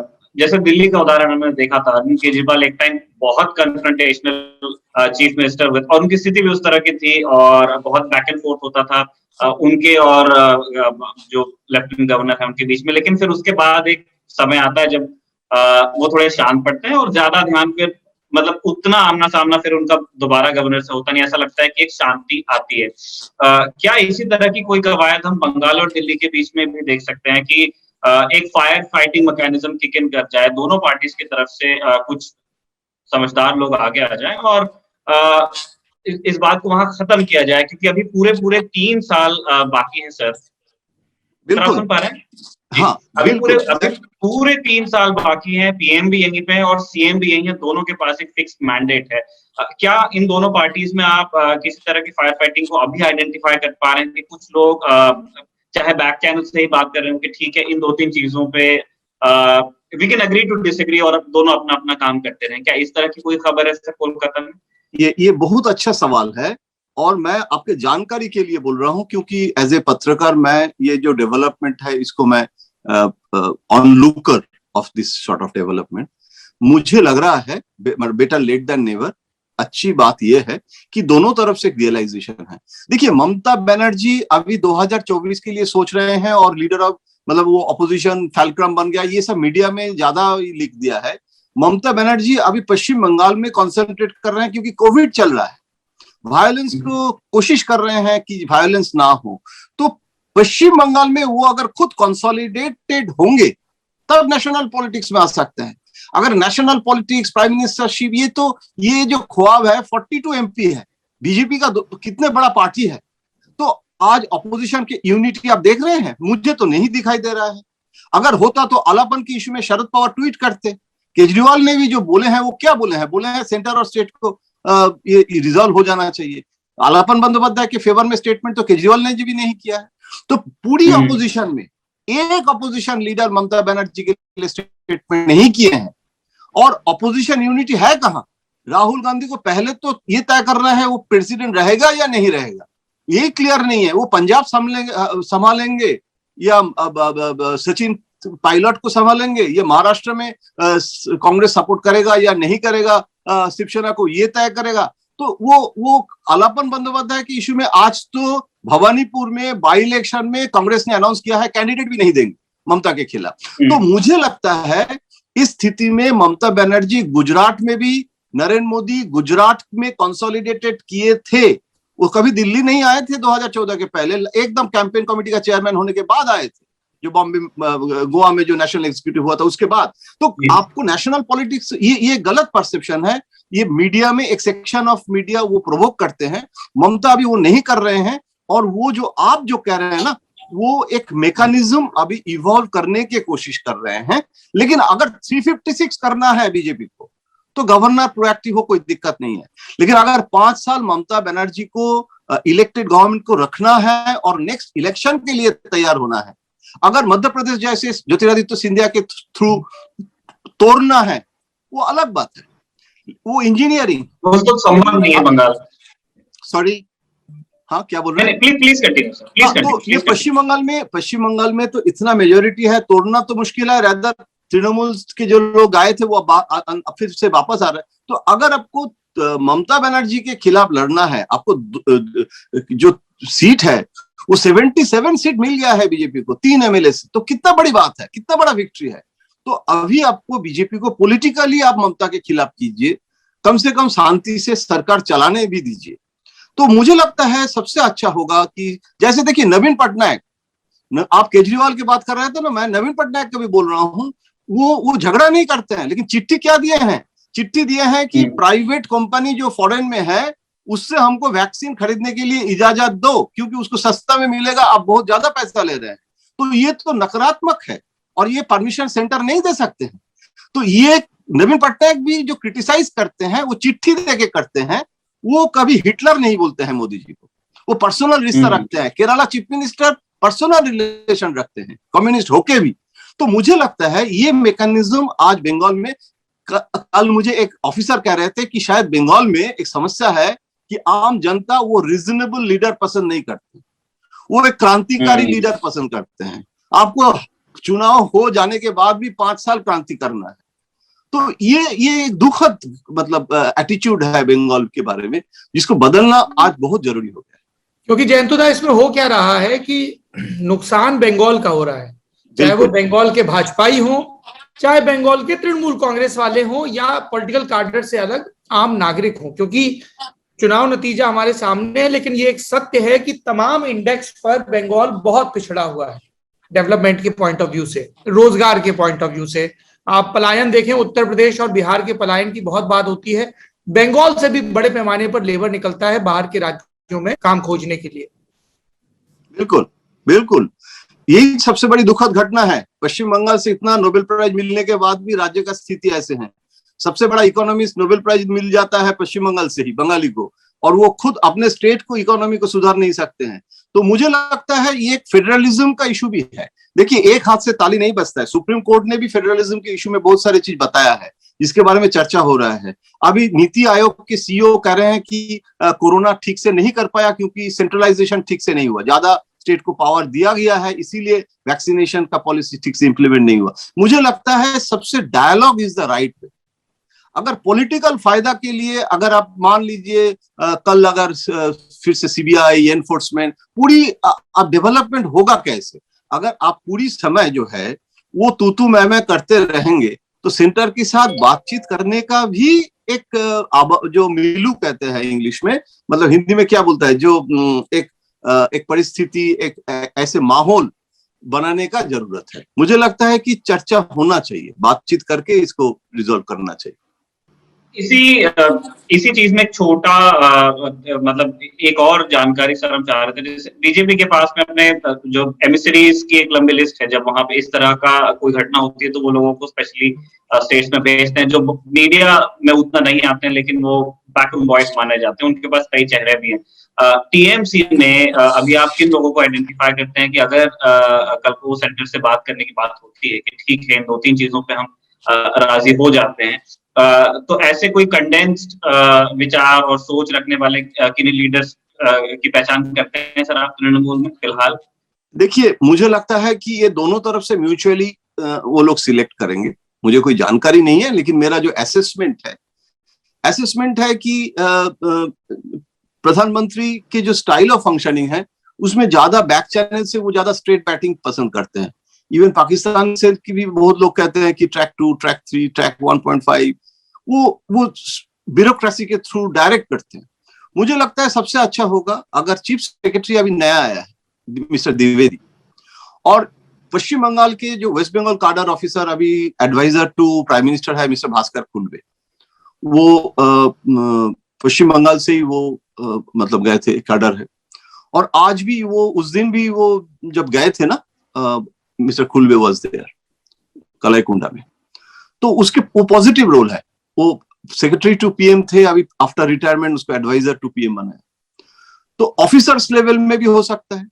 आप कोई सेंट्रल मिनिस्टर जिसके साथ अच्छा संबंध है, ऐसे तो बहुत सारे मिनिस्टर के साथ सीएम का, ममता बनर्जी का बहुत अच्छा रिश्ता है, तो वो पर्सनल रिश्ता जिसके साथ है, जिसमें prime minister can authorize a person, Mamata can authorize a person from this side, तो वो नॉन तृणमूल भी हो सकता है, नॉट नेसेसरी वो ब्यूरोक्रेट भी हो सकता है। जैसे तृणमूल में Sudip Bandyopadhyay member of parliament, वो प्राइम मिनिस्टर के साथ बहुत अच्छा रिश्ता मेंटेन करते हैं, मिलते रहते हैं। बहुत सारे लोग हैं, मतलब ऐसे नहीं है कि अच्छा सेंट्रल मिनिस्टर बहुत है। जो पश्चिम बंगाल में भी तो इंटरेस्ट है ना, पश्चिम बंगाल में पोर्ट है, पश्चिम बंगाल में आपका रोड हाईवेज है, तो आपको सेंटर का काम करना है। एयरपोर्ट मॉडर्नाइजेशन हर राज्य में हो गया है, पश्चिम बंगाल में बाकी है। तो अगर सीपीएम ज्योति बासु अगर वाजपेयी जी के साथ रिश्ता रख सकते हैं, बुद्धदेव भट्टाचार्य अगर आडवाणी जी के इतने क्लोज हो गए थे कि पार्टी में भी सवाल उठ गया था, तो आज इस समय वो रिश्ता अगर ना भी हो, एक minimum working relationship for the governance, ये झगड़ा के जगह रहने दीजिए, और वो संभव है या नहीं, ये कोशिश हो रहा है। अगला प्रश्न हमारा उन खबरों से है सर, जिनमें ये कहा जा रहा है कि चुनाव के पहले जो स्थिति थी वो टाइड अप पूरी तरह से पलट गया है। अब भाजपा में कई, जो मौजूदा भाजपा है पश्चिम बंगाल में, उसमें कई लोग विचार कर रहे हैं कि जो उन्होंने पहले तृणमूल छोड़ के भाजपा से जुड़ने का निर्णय लिया था वो उतना फ्रूटफुल रहा नहीं, जबकि पार्टी ने अच्छा परफॉर्म किया है, 370 के ऊपर वो चले गए। क्या, मैं तो दोनों चीजें जानना चाहता हूँ। पहली चीज, क्या इन बातों में सच्चाई है, क्योंकि वो कह रहा है और जो सुन रहे हैं उसमें कोई फर्क तो नहीं है, पहली चीज। और दूसरा, अगर इन बातों में सच्चाई है तो क्या कोई लोग, क्या किन्हीं लोगों को आप आइडेंटिफाई कर पाएंगे जो मौजूदा भाजपा में, कि जो जिनके दिमाग में ये बात ज्यादा कौन रही हो कि मैं गलत आ गया हूँ यहाँ या आ गई? नहीं, देखिए, इसमें मेरा बहुत क्लियर मतलब टेक है, ओपिनियन है। सबसे बड़ी बात है, मुझे आज भी याद हो रहा है कि जब तृणमूल तोड़ना और बीजेपी में लाने का सिलसिला चल रहा था, कैलाश जी और प्रेस कॉन्फ्रेंस हो रहा था, सब लोग जा रहे थे चुनाव में, नॉमिनेशन के पहले, उस समय सपन दास गुप्ता ने टेलीग्राफ में एक आर्टिकल लिखे थे, और वो आर्टिकल ऑन रिकॉर्ड है आज भी। उसमें ये लिखा गया था कि तृणमूल को तोड़ के ये जो ले आना, और इसमें मुझे लगता है सपन ने लिखा था कि इसे overdose of, I mean, it's not a typical BJP's ideological approach. BJP is a ideological party. इसके आइडियोलॉजिकल बेस है, स्ट्रॉन्ग बेस है, और वो बहुत सारे इश्यूज है जो counter narrative of the Nehruvian narrative, जो Paschim Bengal has become the laboratory, Shyama Prasad Mukherjee is from Calcutta. तो आज वही याद आ रहा है कि जो लोगों को अब ले गए हैं उसमें फायदा के से ज्यादा नुकसान हुआ है, और तृणमूल के जो लोगों को टिकट नहीं देने के लिए ममता ने सोचे थे वो भी चले गए, और ममता को तो अच्छा ही हुआ कि वो anti incumbency of that MLA वो बीजेपी के अकाउंट में चला गया, और ममता ने तो आज ये सही है। कितने लोग आना चाहते हैं मुझे पता है, लेकिन उसमें ममता को लेना बहुत कठिन है, क्योंकि जियो हराया और तृणमूल के जो एमएलए जीता है, एंड पार्टी मैंडेट जो है वो उनके खिलाफ है। तो आज के दिन में शुभेंदु अधिकारी is very happy, he has become the leader of the opposition, उसका उम्र कम है, वो चीफ मिनिस्टर होने के लिए सचमुच लड़ाई करने के लिए उनकी संभावना है, और दिल्ली उसको सपोर्ट कर रहे हैं, आरएसएस सपोर्ट कर रहे हैं। लेकिन शुभेंदु अधिकारी is a lateral entry, I don't know, BJP में उसमें एंटीजन एंटीबॉडी का प्रॉब्लम रिजॉल्व हो सकता है, लेकिन अभी तक ऐसे कोई चीफ मिनिस्टर नहीं बने हैं जो आरएसएस बैकग्राउंड से नहीं है। तो पश्चिम बंगाल में हो सकता है, संभावना है, लेकिन बाकी जो लोग हैं सब लोग आना चाहते हैं, और बीजेपी ऑल्सो रियलाइजिंग कि they are become liability now. ये बीजेपी के लिए क्या काम कर रहा है, वो लोग अभी डेली स्टेटमेंट कर रहे हैं ममता में ज्वाइन करने के लिए। कहाँ बीजेपी के लिए वर्कर, जैसे कोविड में, साइक्लोन में, कोई किसी को दिखाई नहीं दे रहा है। दादा, ये मुकुल रॉय को लेकर खूब बातें चल रही हैं। मुकुल रॉय के बेटे के बयान की भी बात हो रही थी, फिर बात हुई कि वो मीटिंग में नहीं आए बीजेपी की, टीएमसी वालों से मिले। हालांकि फिर मुकुल रॉय ने ट्वीट भी किया कि मैं बीजेपी में ही हूं। मुकुल रॉय की पॉलिटिक्स को आप कैसे देखते हैं? क्योंकि ये मतलब मुझे तो बहुत कम समझ है बंगाल की पॉलिटिक्स की। ये जो पूरा ट्रिगर होना शुरू हुआ, उसकी शुरुआत कहीं ना कहीं वहां से होती है। ये सच है कि बीजेपी लंबे समय से बंगाल में अपनी पुख्ता एंट्री करना चाह रही थी, लेकिन एक बार जब वो ममता कैंप से एक बड़ा लीडर आ गया जो इनसाइड आउट जानता था चीजें, तो उससे बीजेपी को एक बड़ा पुश मिला था। अभी क्या लग रहा है आपको? देखिए, मुकुल रॉय जो जब आए थे तो बीजेपी ने एक्सपेक्ट किए थे कि Mukul Roy will split the party. Mukul Roy party को स्प्लिट नहीं कर पाए। कुछ लोग आए हैं और वो बहुत देर बाद मुकुल स्प्लिट नहीं कर पाया, नंबर 1।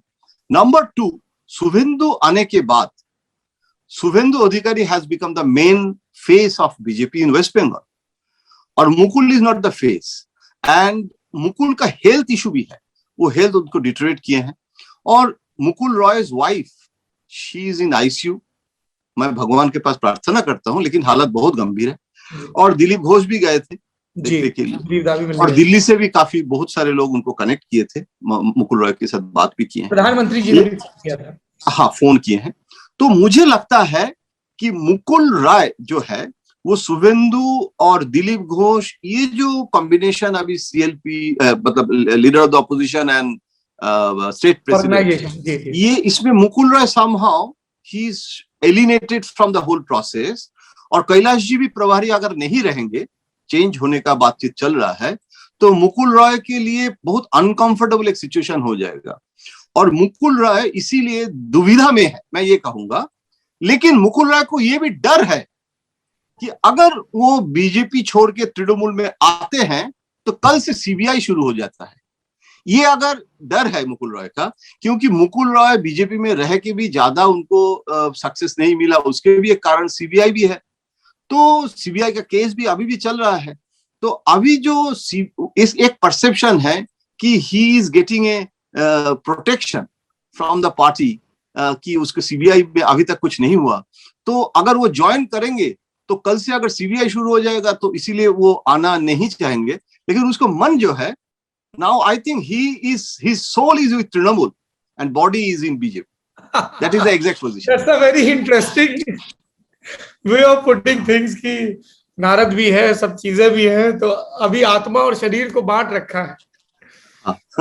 चलिए जयंतदा, आपने इतने विस्तार से मुझसे और निखिल से बात की, and it's always very insightful to have a conversation with you. Thank you so much. Take good care of your health. Thank you very much. Neta Nagri के सेगमेंट में हम बात करेंगे देश की गिरती अर्थव्यवस्था से जुड़ी खबरों पर। चौथी तिमाही के आंकड़े आ गए हैं। साल 2020-21 में भारत की अर्थव्यवस्था -7.3, ये उसकी ग्रोथ रेट रही है। लोग कह रहे हैं कि हर किसी की जेब में अगर 100 रुपए पिछले साल थे, तो अब 7 रुपए 7.5 रुपए उसके पास कम है। लेकिन सरकार के जो समर्थक हैं वो इसको इस तरह से भी प्रेजेंट कर रहे हैं कि जितनी गिरावट का अनुमान लगाया गया था उतनी गिरावट नहीं हुई है। सरकार के जो फायर फाइटिंग मैकेनिज्म्स हैं उन्होंने अपना काम किया है। सच क्या है, ये जानने के लिए, इस पर और इलैबोरेशन देने के लिए हमारे साथ अंशुमान तिवारी हैं। आप संपादक हैं इंडिया टुडे हिंदी के, और अर्थव्यवस्था पे आपका लंबा करियर रहा है रिपोर्टिंग का। बहुत बहुत स्वागत है सर हमसे। बहुत बहुत स्वागत सर नेता नगरी में। निखिल जी, लंबे करियर का जिक्र हो उससे पहले एक अच्छे संपादक की तरह अपने प्रोग्राम्स को प्लग इन करना मत भूलिए कि अंशुमान जी जो आर्थिक मामलों पर लल्लन टॉप का रोजाना का कार्यक्रम खर्चा पानी, उसमें आपको नजर आते हैं, और वीकेंड पर अपने वीडियो ब्लॉग अर्थात के जरिए हमारे सामने हाजिर होते हैं सिद्धांत मोहन के साथ। हमेशा अपने नेताओं से सीखिए जिनकी हम चर्चा करते हैं कि प्रमोशन का कोई भी मौका जाने नहीं देना है। धन्यवाद निखिल, और धन्यवाद सौरभ इस कार्यक्रम में बुलाने के लिए। और अर्थात और खर्चा पानी की स्वीकार्यता और लोकप्रियता बहुत तेजी से बढ़ भी रही है, और लोगों की अपेक्षाएं उसके साथ बढ़ रही हैं। ये हमारे लिए सबसे अच्छी बात है। हिंदी दर्शकों के बीच अर्थव्यवस्था पर इतनी रुचि और इतनी समझ दिखना हमें उत्साहित करता है। वो रहीम ने लिखा है ना, जो बढ़ रही है अखियां निरखियां आखिन को सुख हो, तो वही स्थिति है सर। शुरुआत से ही शुरुआत हम करना चाहते हैं। -7.3% ये कॉन्ट्रैक्शन बताया जा रहा है देश की अर्थव्यवस्था का, और इसको लेकर के अब दो मत पैदा हो गए हैं। एक तो जो हम कह ही रहे थे कि सरकार ये कहने की कोशिश में है कि जो जिस गिरावट का अनुमान लगाया गया था, जो एकदम आपने काली तस्वीर आप प्रेजेंट कर रहे थे पूरे देश की कि ऐसा हो जाएगा वैसा हो जाएगा, देखिए हमने वैसा नहीं होने दिया है। मिसालें दी जा रही है कि इससे पहले भी जब अकाल या महामारी की तरह की स्थितियां हुई हैं, तब भी एक कॉन्ट्रैक्शन देखने को मिलता है। आप कितना कन्विंस होते हैं सर इस तरह की बातों से? निखिल, देखिए, सरकार की हमेशा कोशिश होती है कि वो आंकड़ों को अपने नैरेटिव के साथ पेश करे, अपने तरह से बताए, और ये स्वाभाविक बात है दुनिया में सारी सरकारों की। तो हम इसमें भारत की सरकार को या सरकार के प्रवक्ताओं को उतना एक्सेप्शनल नहीं मानते हैं। लेकिन हमारे लिए जो महत्वपूर्ण बात है वो ये है कि कॉन्ट्रैक्शन भारतीय अर्थव्यवस्था में आया है, और ये बहुत लंबे समय के बाद आया है। आप आंकड़ों में प्रतिशत में जो भी बात कर सकें, पर जब मंदी होती है तो प्रतिशत में चीजें उतनी समझ नहीं पाते हैं जितनी की वास्तविकता में समझते हैं।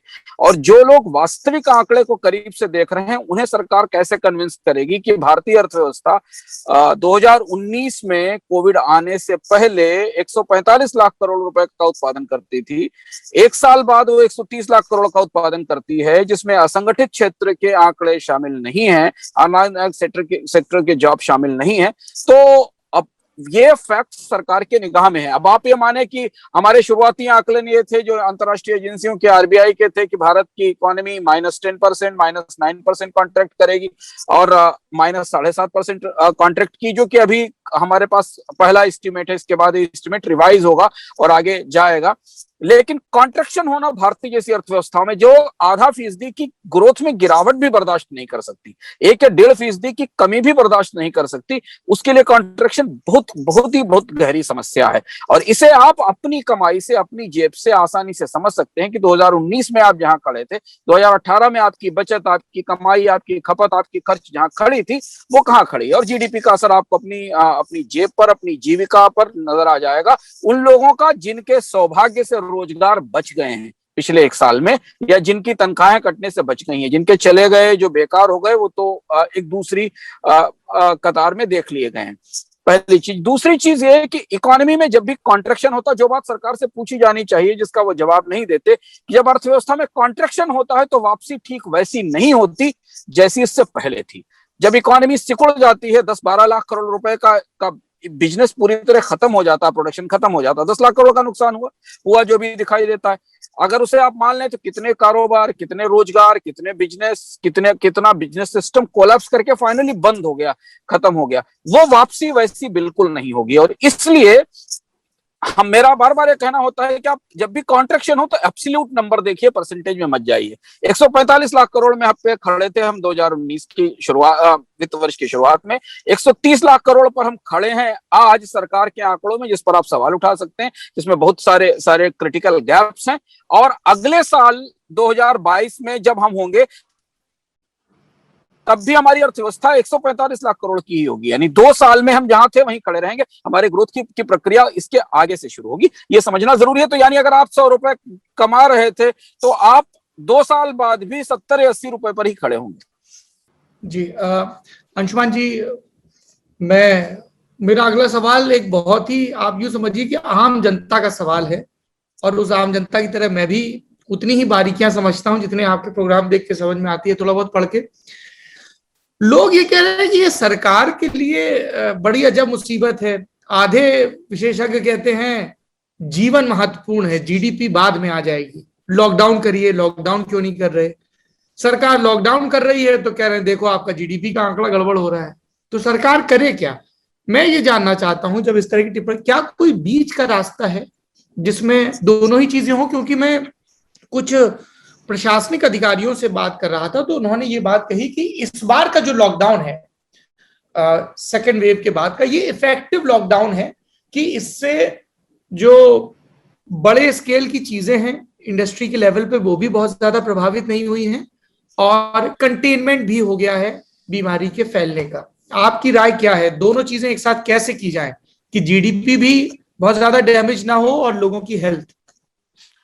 सौरभ, वरीयताएं समय के हिसाब से तय होती हैं।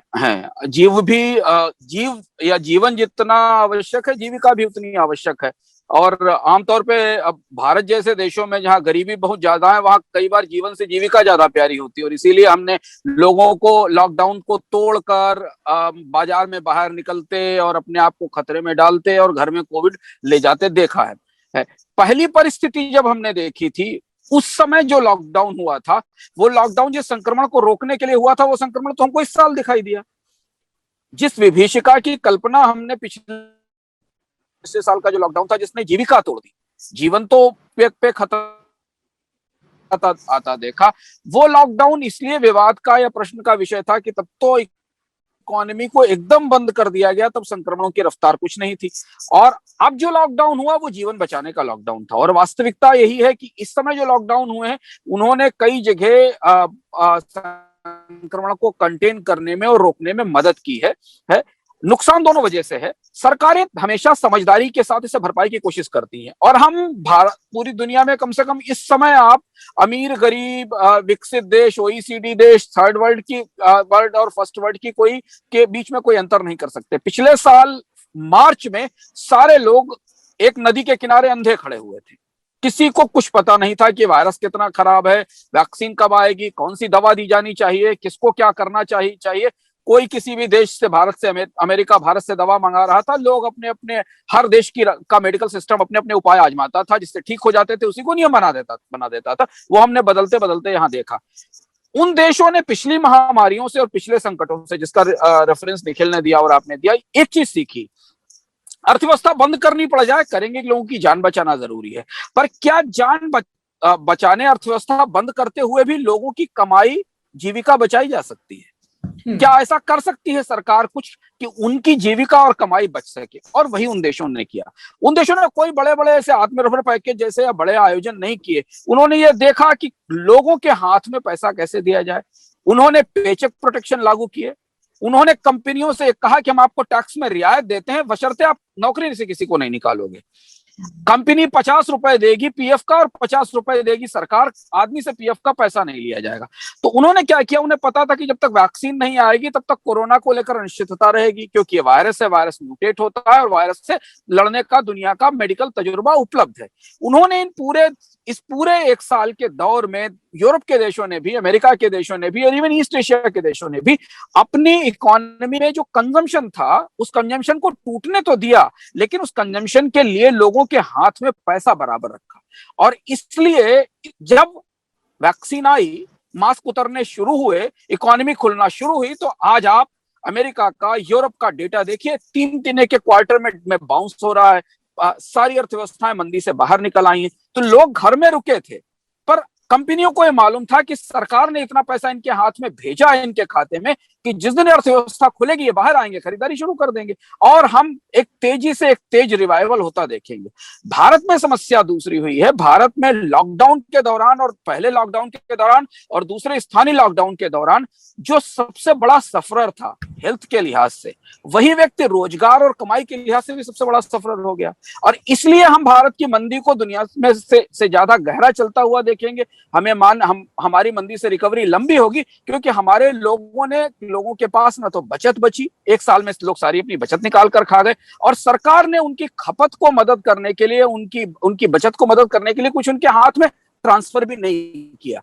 ये हमारे और बाकी देशों में फर्क है। बाकी सारे देशों ने लड़ाई उसी तरह से लड़ी है कोविड से, अपनी अपनी क्षमताओं के आधार पर, जैसे हम लड़ रहे हैं। हम थोड़ा पिछड़ गए वैक्सीन में, हमारी वैक्सीन की नीति पर अलग चर्चा हुई है, लेकिन ज्यादातर देशों ने अपने यहाँ लोगों की परचेजिंग पावर को प्रोटेक्ट किया। और एक इंटरेस्टिंग डेटा है जिसको कि समझना जरूरी है कि अटलांटिक के दोनों हिस्सों पे पिछले एक साल के दौरान इकोनॉमी माइनस में गई, पर लोगों की इनकम माइनस में नहीं गई। लोगों की इनकम में ग्रोथ हुई और बैंकों में सेविंग्स बढ़ी। और वही वो ताकत थी जिसे कंपनियां दूर से बैठकर देख रही थी कि जिस दिन लॉकडाउन खुलेगा, आदमी तो पैसा लिए बैठा ही है कार खरीदने के लिए, वो तो आएगा ही सामान खरीदने बाहर बाजार में। और वो डिफरेंस हमें भारत और बाकी अर्थव्यवस्थाओं में दिखाई देता है।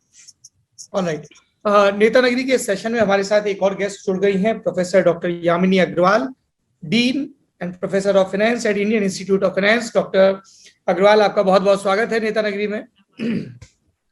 अंशुमान जी अभी बात कर रहे थे कि किस तरह से सरकारों के प्रयास नाकाफी रहे और इस वजह से एक बीच का रास्ता नहीं निकल पाया कि जब लॉकडाउन की जरूरत हो तब लॉकडाउन लगे, लेकिन अदरवाइज इकोनॉमी को लगातार पुश मिले। प्रोफेसर यामिनी, मैं आपसे जानना चाहता हूँ, जीडीपी के जो आंकड़े आए हैं साल भर के, उनको देखने का क्या नजरिया होना चाहिए? एक आम पब्लिक जिसको फाइनेंस की बहुत ज्यादा जानकारी नहीं है बारीक, है ना, जिनको हम हर दफा अपने शो में भी बताते हैं कि जीडीपी क्या है, तो सकल उत्पाद प्लस कंप्लीट जो सर्विसेज हैं उनका कंबाइंड ये वो। पर हमको तो ये पता होता है कि हमारी जेब में कितना पैसा आ रहा है, नहीं आ रहा है, हमारी तनख्वाह बढ़ रही है, बिजनेस कितना चल रहा है, तेल कितना महंगा हो गया, पेट्रोल, दूसरी चीजें। वो आम इंसान जीडीपी के एक साल के डेटा को कैसे देखे, उसकी समझ कैसे बने? जी देखिए, जीडीपी को समझने के लिए एक बड़ा सरल तरीका है, जिसका अर्थ है कि कितना उत्पाद जो है एक देश के अंदर एक समय सीमा जो एक साल है उसके अंदर बढ़ा या घटा। जो 7.3% कॉन्ट्रैक्शन का मतलब है कि पिछले साल के मुकाबले जो इस साल का उत्पादन है वो 7.3% नीचे गया है। अगर हम देखें तो मार्च के दौरान लॉकडाउन लगा था पिछले साल, जिसके तहत हमने देखा था उस क्वार्टर के अंदर जो जीडीपी ग्रोथ रेट था वो कॉन्ट्रैक्ट हुआ था 24% के आसपास, क्योंकि इकोनॉमी को पूरी तरीके से रोक दिया गया था। उसके तहत कोई भी एक्टिविटी नहीं हुई, ना ही इंडस्ट्रियल ना ही कोई और।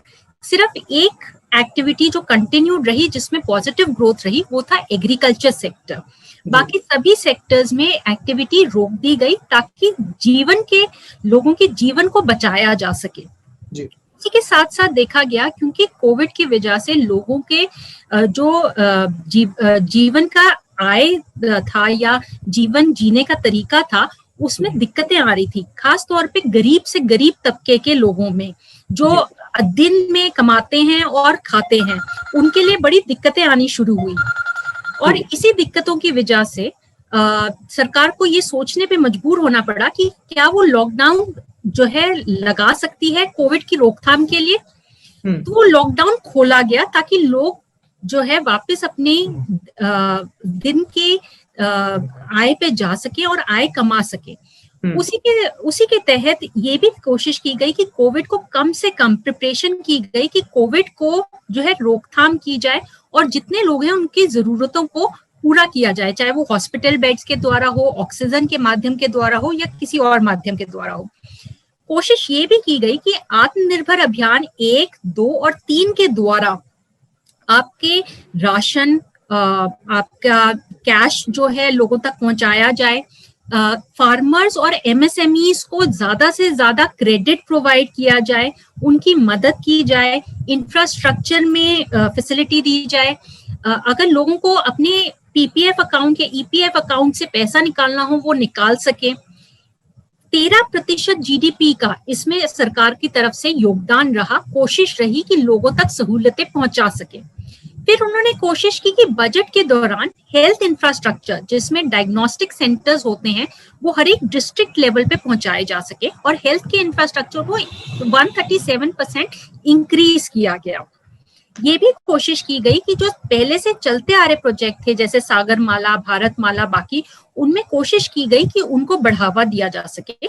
और मनरेगा की एलोकेशन जो एम्प्लॉयमेंट रोजगार देती है एक कंस्ट्रक्शन वर्कर को या एक आम आदमी को जो बहुत ही नीचे तबके पे है, उसको वो मदद पहुंच सके।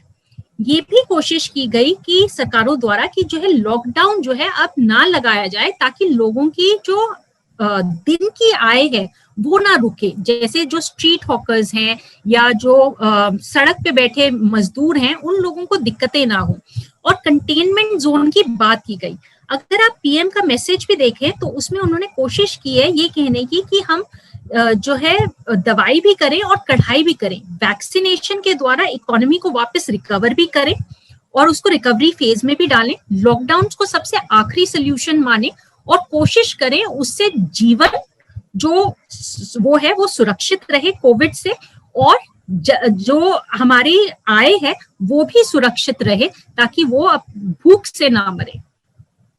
जी, मैं आप दोनों लोगों से, यामिनी जी आपसे और अंशुमान जी आपसे भी एक डेटा पे समझना चाहता हूं कि इसको कैसे देखें। सरकार ने ये कहा कि राजकोषीय घाटा सरकार के अनुमान से कम रहा फाइनेंशियल ईयर 2020-21 के दौरान। एक एस्टिमेट था कि जीडीपी का 9.5 रहेगा लेकिन 9.3 रहा। Is it a good sign for the economy और the bad sign? Anshuman ji. Saurabh, 9.3 और 9.5 में कोई बहुत बड़ा फर्क नहीं है राजकोषीय घाटे का 9% से ऊपर होना ही इकोनॉमी की में और फिस्कल साइड के चैलेंज की तरफ इशारा करता है। दूसरा ये कि हमारे पास एस्टिमेट्स रिवाइज होते हैं, जो डेटा आपके पास अभी आया है, ये डेटा फाइनल फिगर्स में जब आएगा 3 महीने बाद, तो आपके पास एक दूसरा नंबर निकल कर आएगा। राजकोषीय घाटे को देखने का तरीका सिर्फ यही नहीं है कि आप केंद्र का राजकोषीय घाटा देखें, आप राज्यों का भी देखें, आप पूरे सिस्टम का, क्योंकि जो पूरा ग्रॉस फिस्कल डेफिसिट है देश का, और वो इसलिए महत्वपूर्ण होता है, तकनीकी तौर पर उसमें ना जाएं, वो इसलिए महत्वपूर्ण होता है कि सरकार का के ऊपर जितना कर्ज है उसको रिफ्लेक्ट करता है। और भारत में पिछले 1 साल में केंद्र और राज्य सरकारों के पास चूंकि रेवेन्यूज नहीं थे, टूटे हुए थे, उन्होंने बड़े पैमाने पर कर्ज लिया, और उस कर्ज के कारण जो भारत का सरकार का जो कर्ज है वो 80%, 85% से ऊपर निकल चुका है। ये सक्सेस नहीं है। देखिए, राजकोषीय घाटे की सफलता को कम कर लेने से ज्यादा बेहतर था कि सरकार उन लोगों तक पैसा पहुंचाती, उन लोगों तक मदद पहुंचाती जिन लोगों की जीविका आ गई है। जब भी आप जीडीपी को नापें या जीडीपी को देखने की कोशिश करें, तो उसके बगल में रोजगार का आंकड़ा भी रखें, उसके बगल में गरीबी का आंकड़ा भी रखें, उसके बगल में लोगों की खपत और कंजम्पशन का आंकड़ा भी रखें। भारत का जीडीपी 60% लोगों के कंजम्पशन से चलता है, तो अगर दोनों को मिलाकर आप एक साथ देखने की कोशिश करेंगे तो आपको दिखाई देगा कि राजकोषीय घाटा कम रखने की कीमत पर कुछ हासिल नहीं हुआ, बल्कि हमने इकोनॉमी में हम और जो चीजें इंटरवीन कर सकते थे लोगों को मदद देने के लिए, वो शायद और बेहतर ढंग से की जा सकती थी। लेकिन चूंकि भारत में बजट और सरकारों के काम करने के तौर तरीके ऐसे हैं, सरकारों के पास खर्च करने की सीमाएं बहुत कम है, बहुत लिमिटेड बैंडविड्थ है सरकार के पास खर्च करने की। इसलिए हम भारतीय अर्थव्यवस्था में ये चुनौती देखते हैं कि जो कंज्यूम करने वाले लोग हैं, जो कंज्यूमर्स हैं, उनके ऊपर पिछले 1 साल का पहले शुरुआत का लॉकडाउन और अब लॉकडाउन के साथ बीमारी और बड़े पैमाने पर जो अनिश्चितता और भय, उसने असर किया है। Alright, professor Yamini, your take on this. जी देखिए, ये एक अनुमानित आंकड़ा था जो 9.5% था, जिसमें माना जा रहा था कि इतना खर्च होगा। इसकी जगह जो खर्च हुआ वो 9.3% हुआ। जो भी आत्मनिर्भर अभियान या बाकी के जो फैसले लिए गए थे बजट के दौरान, उनको पूरा करने में जितना पैसा खर्च हुआ उसके हिसाब से 9.3% खर्च हुआ। इसका मतलब खर्च थोड़ा कम हुआ, जितना अनुमान किया गया था उससे कम। इसका ये मतलब नहीं होता कि उन्होंने खर्च नहीं किया, पर जितना अनुमान किया था उससे थोड़ा कम हुआ। वो बहुत सारे कारण होते हैं उसके। देखा जाए तो एक 9.5% का आंकड़ा या 9.3% का आंकड़ा हमारे देश के लिए काफी बड़ा है, जहां पे हम कोशिश करते हैं कि फिस्कल रिस्पॉन्सिबिलिटी बिल के तहत वो 3.4% के आसपास रखा जाए। पर क्योंकि कोविड था, लॉकडाउन था, लोगों तक कैश पहुंचाना, लोगों तक खाना पहुंचाना जरूरी था, लोगों तक क्रेडिट फैसिलिटी प्रोवाइड करना बहुत जरूरी था, जितनी स्कीम्स आई गई उसमें एमएसएमईज तक पहुंचना बहुत जरूरी था, फार्मर्स तक इंफ्रास्ट्रक्चर के द्वारा पहुंचना बहुत जरूरी था। उसके तहत ये सारा खर्चा किया गया। अब ये खर्चा अगर हम कहें तो अगले साल भी जो अनुमानित किया गया वो 6.8% है, जो काफी हायर है। ये कहा जा रहा है कि जो है सरकारें पैसा प्रिंट कर सकती थी और पैसा बांटा जा सकता था, पर इसमें मुश्किलात यहाँ आती है जहां पर महंगाई का दर होता है, जो आपका मार्च के महीने में 5.4% के आसपास था और अप्रैल के महीने में 4% के आसपास था, 4.2 के आसपास था। जो महंगाई का दर है वो जो है नियंत्रण में लाने के प्रयत्न किए जा रहे हैं, 4% के आसपास से 5% तक रहे। अगर आप पैसा लोगों तक दे देते हैं तो जो मूलभूत सुविधाएं हैं, जैसे खाना है या आपका फ्यूल है या आपके कपड़ा है, इनकी जो कीमतें हैं वो जो है बढ़ जाएंगी, क्योंकि एक तो सप्लाई डिस्ट्रप्शंस हैं। अगर जैसे आप देख रहे हैं सप्लाई की मुश्किलें आ रही हैं, चाहे वो रॉ मटेरियल्स को लेकर के हो क्योंकि इंडस्ट्री रुकी हुई है, या फिर क्योंकि लोग इसको ज्यादा कंज्यूम कर रहे हैं या इनका डिमांड ज्यादा है, इसकी वजह से इन्हीं में महंगाई ज्यादा बढ़ेगी और जो मूलभूत सुविधाएं हैं वो लोगों को मुश्किल तक मिलेंगी, जिसकी वजह से पैसा बांटना एक सोल्यूशन नहीं होगा, पर लोगों तक पहुंचना बहुत जरूरी है। जिसके लिए चाहे तो अगर लोगों तक पहुंचने के लिए अगर फिर फ्री राशन या फ्री दवाइयां जैसे बांटी गई, जैसे 65 से ऊपर के लिए वैक्सीनेशन प्रोवाइड की, 45 से ऊपर के लिए वैक्सीनेशन प्रोवाइड की, वो एक अच्छा तरीका था। अभी स्टेट्स जो प्रोवाइड कर रही हैं 18 से ऊपर, वो एक अच्छा तरीका है ताकि इकोनॉमी को भी रिकवर किया जा सके और लोगों की जो हेल्थ है उसको भी संभाल के रखा जा सके। तो खर्च कहाँ किया जाए ताकि ज्यादा से ज्यादा लोगों तक पहुंचे, जरूरतमंद तक पहुंचे, ये देखना सबसे ज्यादा आवश्यक है।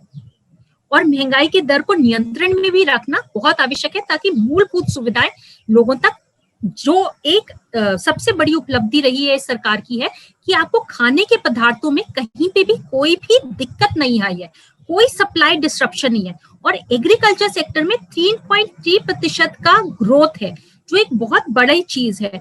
तो फार्मर्स तक, लोगों तक पैसा पहुंचा है, लोगों के पास खाना पहुंचा है, चाहे कितनी भी दिक्कत हो, चाहे कितना भी लॉकडाउन रहा हो, चाहे कोविड की सेकेंड वेव आ गई हो और थर्ड वेव की बात की जा रही है, जिस देश में ड्राउट्स, फ्लड्स की बात की जाती है और खाना ना पहुंचने तक की बात की जाती है, वहां पे खाने की कोई भी दिक्कतें नहीं हुई है इस समय, और ना ही दवाइयों की। ऑक्सीजन की मात्रा कम रही थी, उसको भी पूरा करने की कोशिश की गई है।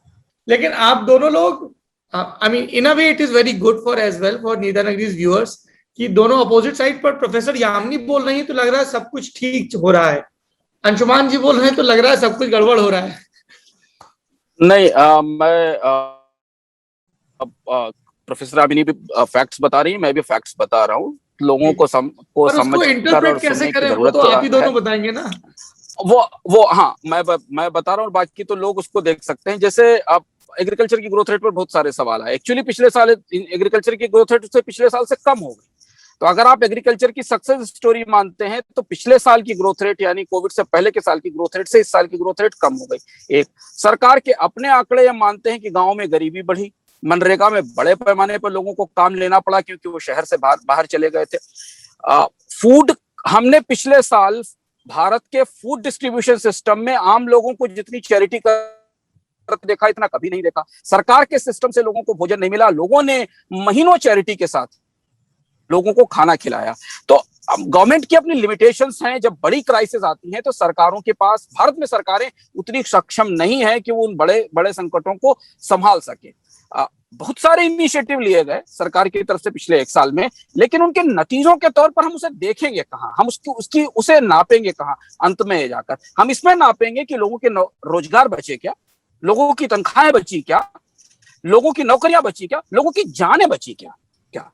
क्या भारत का पूरा हेल्थ सिस्टम, केवल 2% लोग जो पूरे सिस्टम में बीमार थे, जिनको ऑक्सीजन की जरूरत थी, कोई 100-125 करोड़ लोग हॉस्पिटल नहीं मांग रहे थे देश में, बहुत कम लोगों को ऑक्सीजन की जरूरत थी, बहुत कम लोगों को रेमडेसिविर की जरूरत थी। अगर पूरा हेल्थ सिस्टम इतना टैक्स लगाने के बाद भी इस बात की तैयारी नहीं कर सका तो ये सवाल तो उठेंगे। अब चुनौती यहां सरकार के सामने सबसे बड़ी ये है कि जो जिस लेवल पर क्राइसिस अनफोल्ड होती है उसे समझ पाना और उसके बारे में तैयारी कर पाना हमेशा सरकारों के लिए भारत में चुनौतीपूर्ण रहा है। तो अब हम जहां जिस मुकाम के ऊपर खड़े हुए हैं, वहां गांव में सरकार खुद मान रही है कि दोहरी गरीबी है। एक गरीबी वो है जो पहले से मौजूद थी, एक गरीबी जो शहरों से वापस पहुंच गई क्योंकि बहुत बड़े पैमाने पर माइग्रेशन हुआ, अब लोग वहां जा पहुंच गए और इसलिए गांव में इनकम का लेवल, वेज की ग्रोथ का डेटा, मैं उतने सारे डेटा यहाँ कोट नहीं करना चाहता।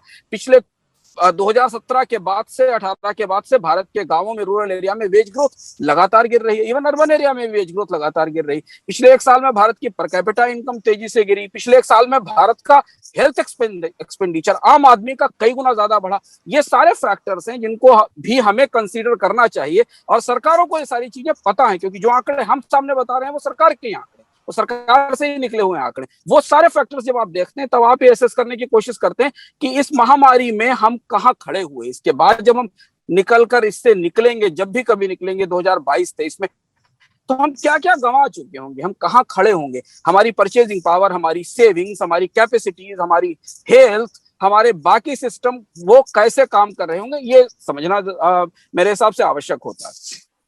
जी एक अंतिम सवाल हम अपने दोनों गेस्ट को पोज करना चाहते हैं। ये चीज तो हम समझ रहे हैं कि जिस स्थिति में हमारा देश है फिलहाल, उससे निकलने का एक ही तरीका है, या जो सबसे बड़ा तरीका है वो है गवर्नमेंट स्पेंडिंग। चाहे आप जो विशेषज्ञ कहते हैं उस तरह से जाएं, या फिर जो सरकार की अपनी थीसिस है, जो वो आत्मनिर्भर भारत अभियान के तहत जो इन्वेस्ट करना चाहती है इकोनॉमी में, दोनों रास्ते वही है कि सरकार अपनी जेब से निकाल के पैसे खर्च करे, और उसके लिए सरकार को पैसा चाहिए, जिसके दो स्रोत हैं, या तो वो अंतरराष्ट्रीय बाजार से या भारतीय बाजार से कर्ज ले, या और दूसरा तरीका है टैक्सेशन। उसको लेकर के एक इंटरेस्टिंग ग्राफिक अभी 2 दिन पहले या 2 या 3 दिन पहले सर हिंदुस्तान टाइम्स में हमने देखा था, जिसमें वो बता रहे हैं कि सरकार की एक्साइज तो आप छोड़ ही दीजिए, वो एक बहुत मतलब विषयांतर हो जाएगा, लेकिन अब ये स्थिति हो गई कि इनकम टैक्स के रिसीट्स भी कॉर्पोरेट से ऊपर चले गए हैं।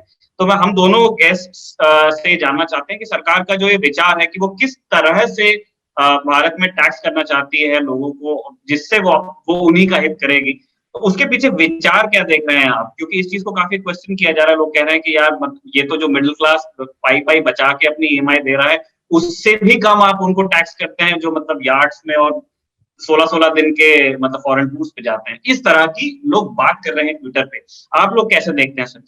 जी देखिए, अगर आप देखें जो टैक्सेशन की व्यवस्था रही है, उसके अनुसार जो एक नई स्कीम लाई गई, नई प्रणाली लाई गई, उसके तहत टैक्स रेट्स को कम किया गया और कोशिश किया गया कि अगर लोग खर्च कर रहे हैं तो वो कम टैक्स दें। ये भी कोशिश की गई कि उसमें से डिडक्शंस और एग्जेम्पशंस को हटाया जाए। जो इस साल का बजट आया था उसमें कोई भी बदलाव नहीं लाया गया और माना गया कि वो दोनों प्रणालियां चलें। तो एक प्रणाली जो बचत को आगे बढ़ाती है अपने डिडक्शंस एग्जेम्पशंस को कंटिन्यू करते हुए, जिसमें आप हायर टैक्सेस देते हैं, क्योंकि जो लोग बचत कर पाते हैं उनके पास साधन ज्यादा होते हैं पैसा देने के, तो आप रिच को टैक्स कर रहे हैं। आप देखिए लॉन्ग टर्म कैपिटल गेन्स भी टैक्स किए गए इस सरकार के द्वारा, जिसके तहत कोशिश की गई कि जिन लोगों को फायदा हुआ है स्टॉक मार्केट्स में वो पैसा दें। तो कोशिश ये की गई कि सेविंग्स को भी बढ़ाया जाए, निवेश को भी बढ़ाया जाए, और जो है साथ के साथ जो लोगों का खर्चा बहुत ज्यादा हो रहा है उनके ऊपर टैक्स की जो मार है वो कम से कम पड़े, टैक्स रेट्स को घटाया गया।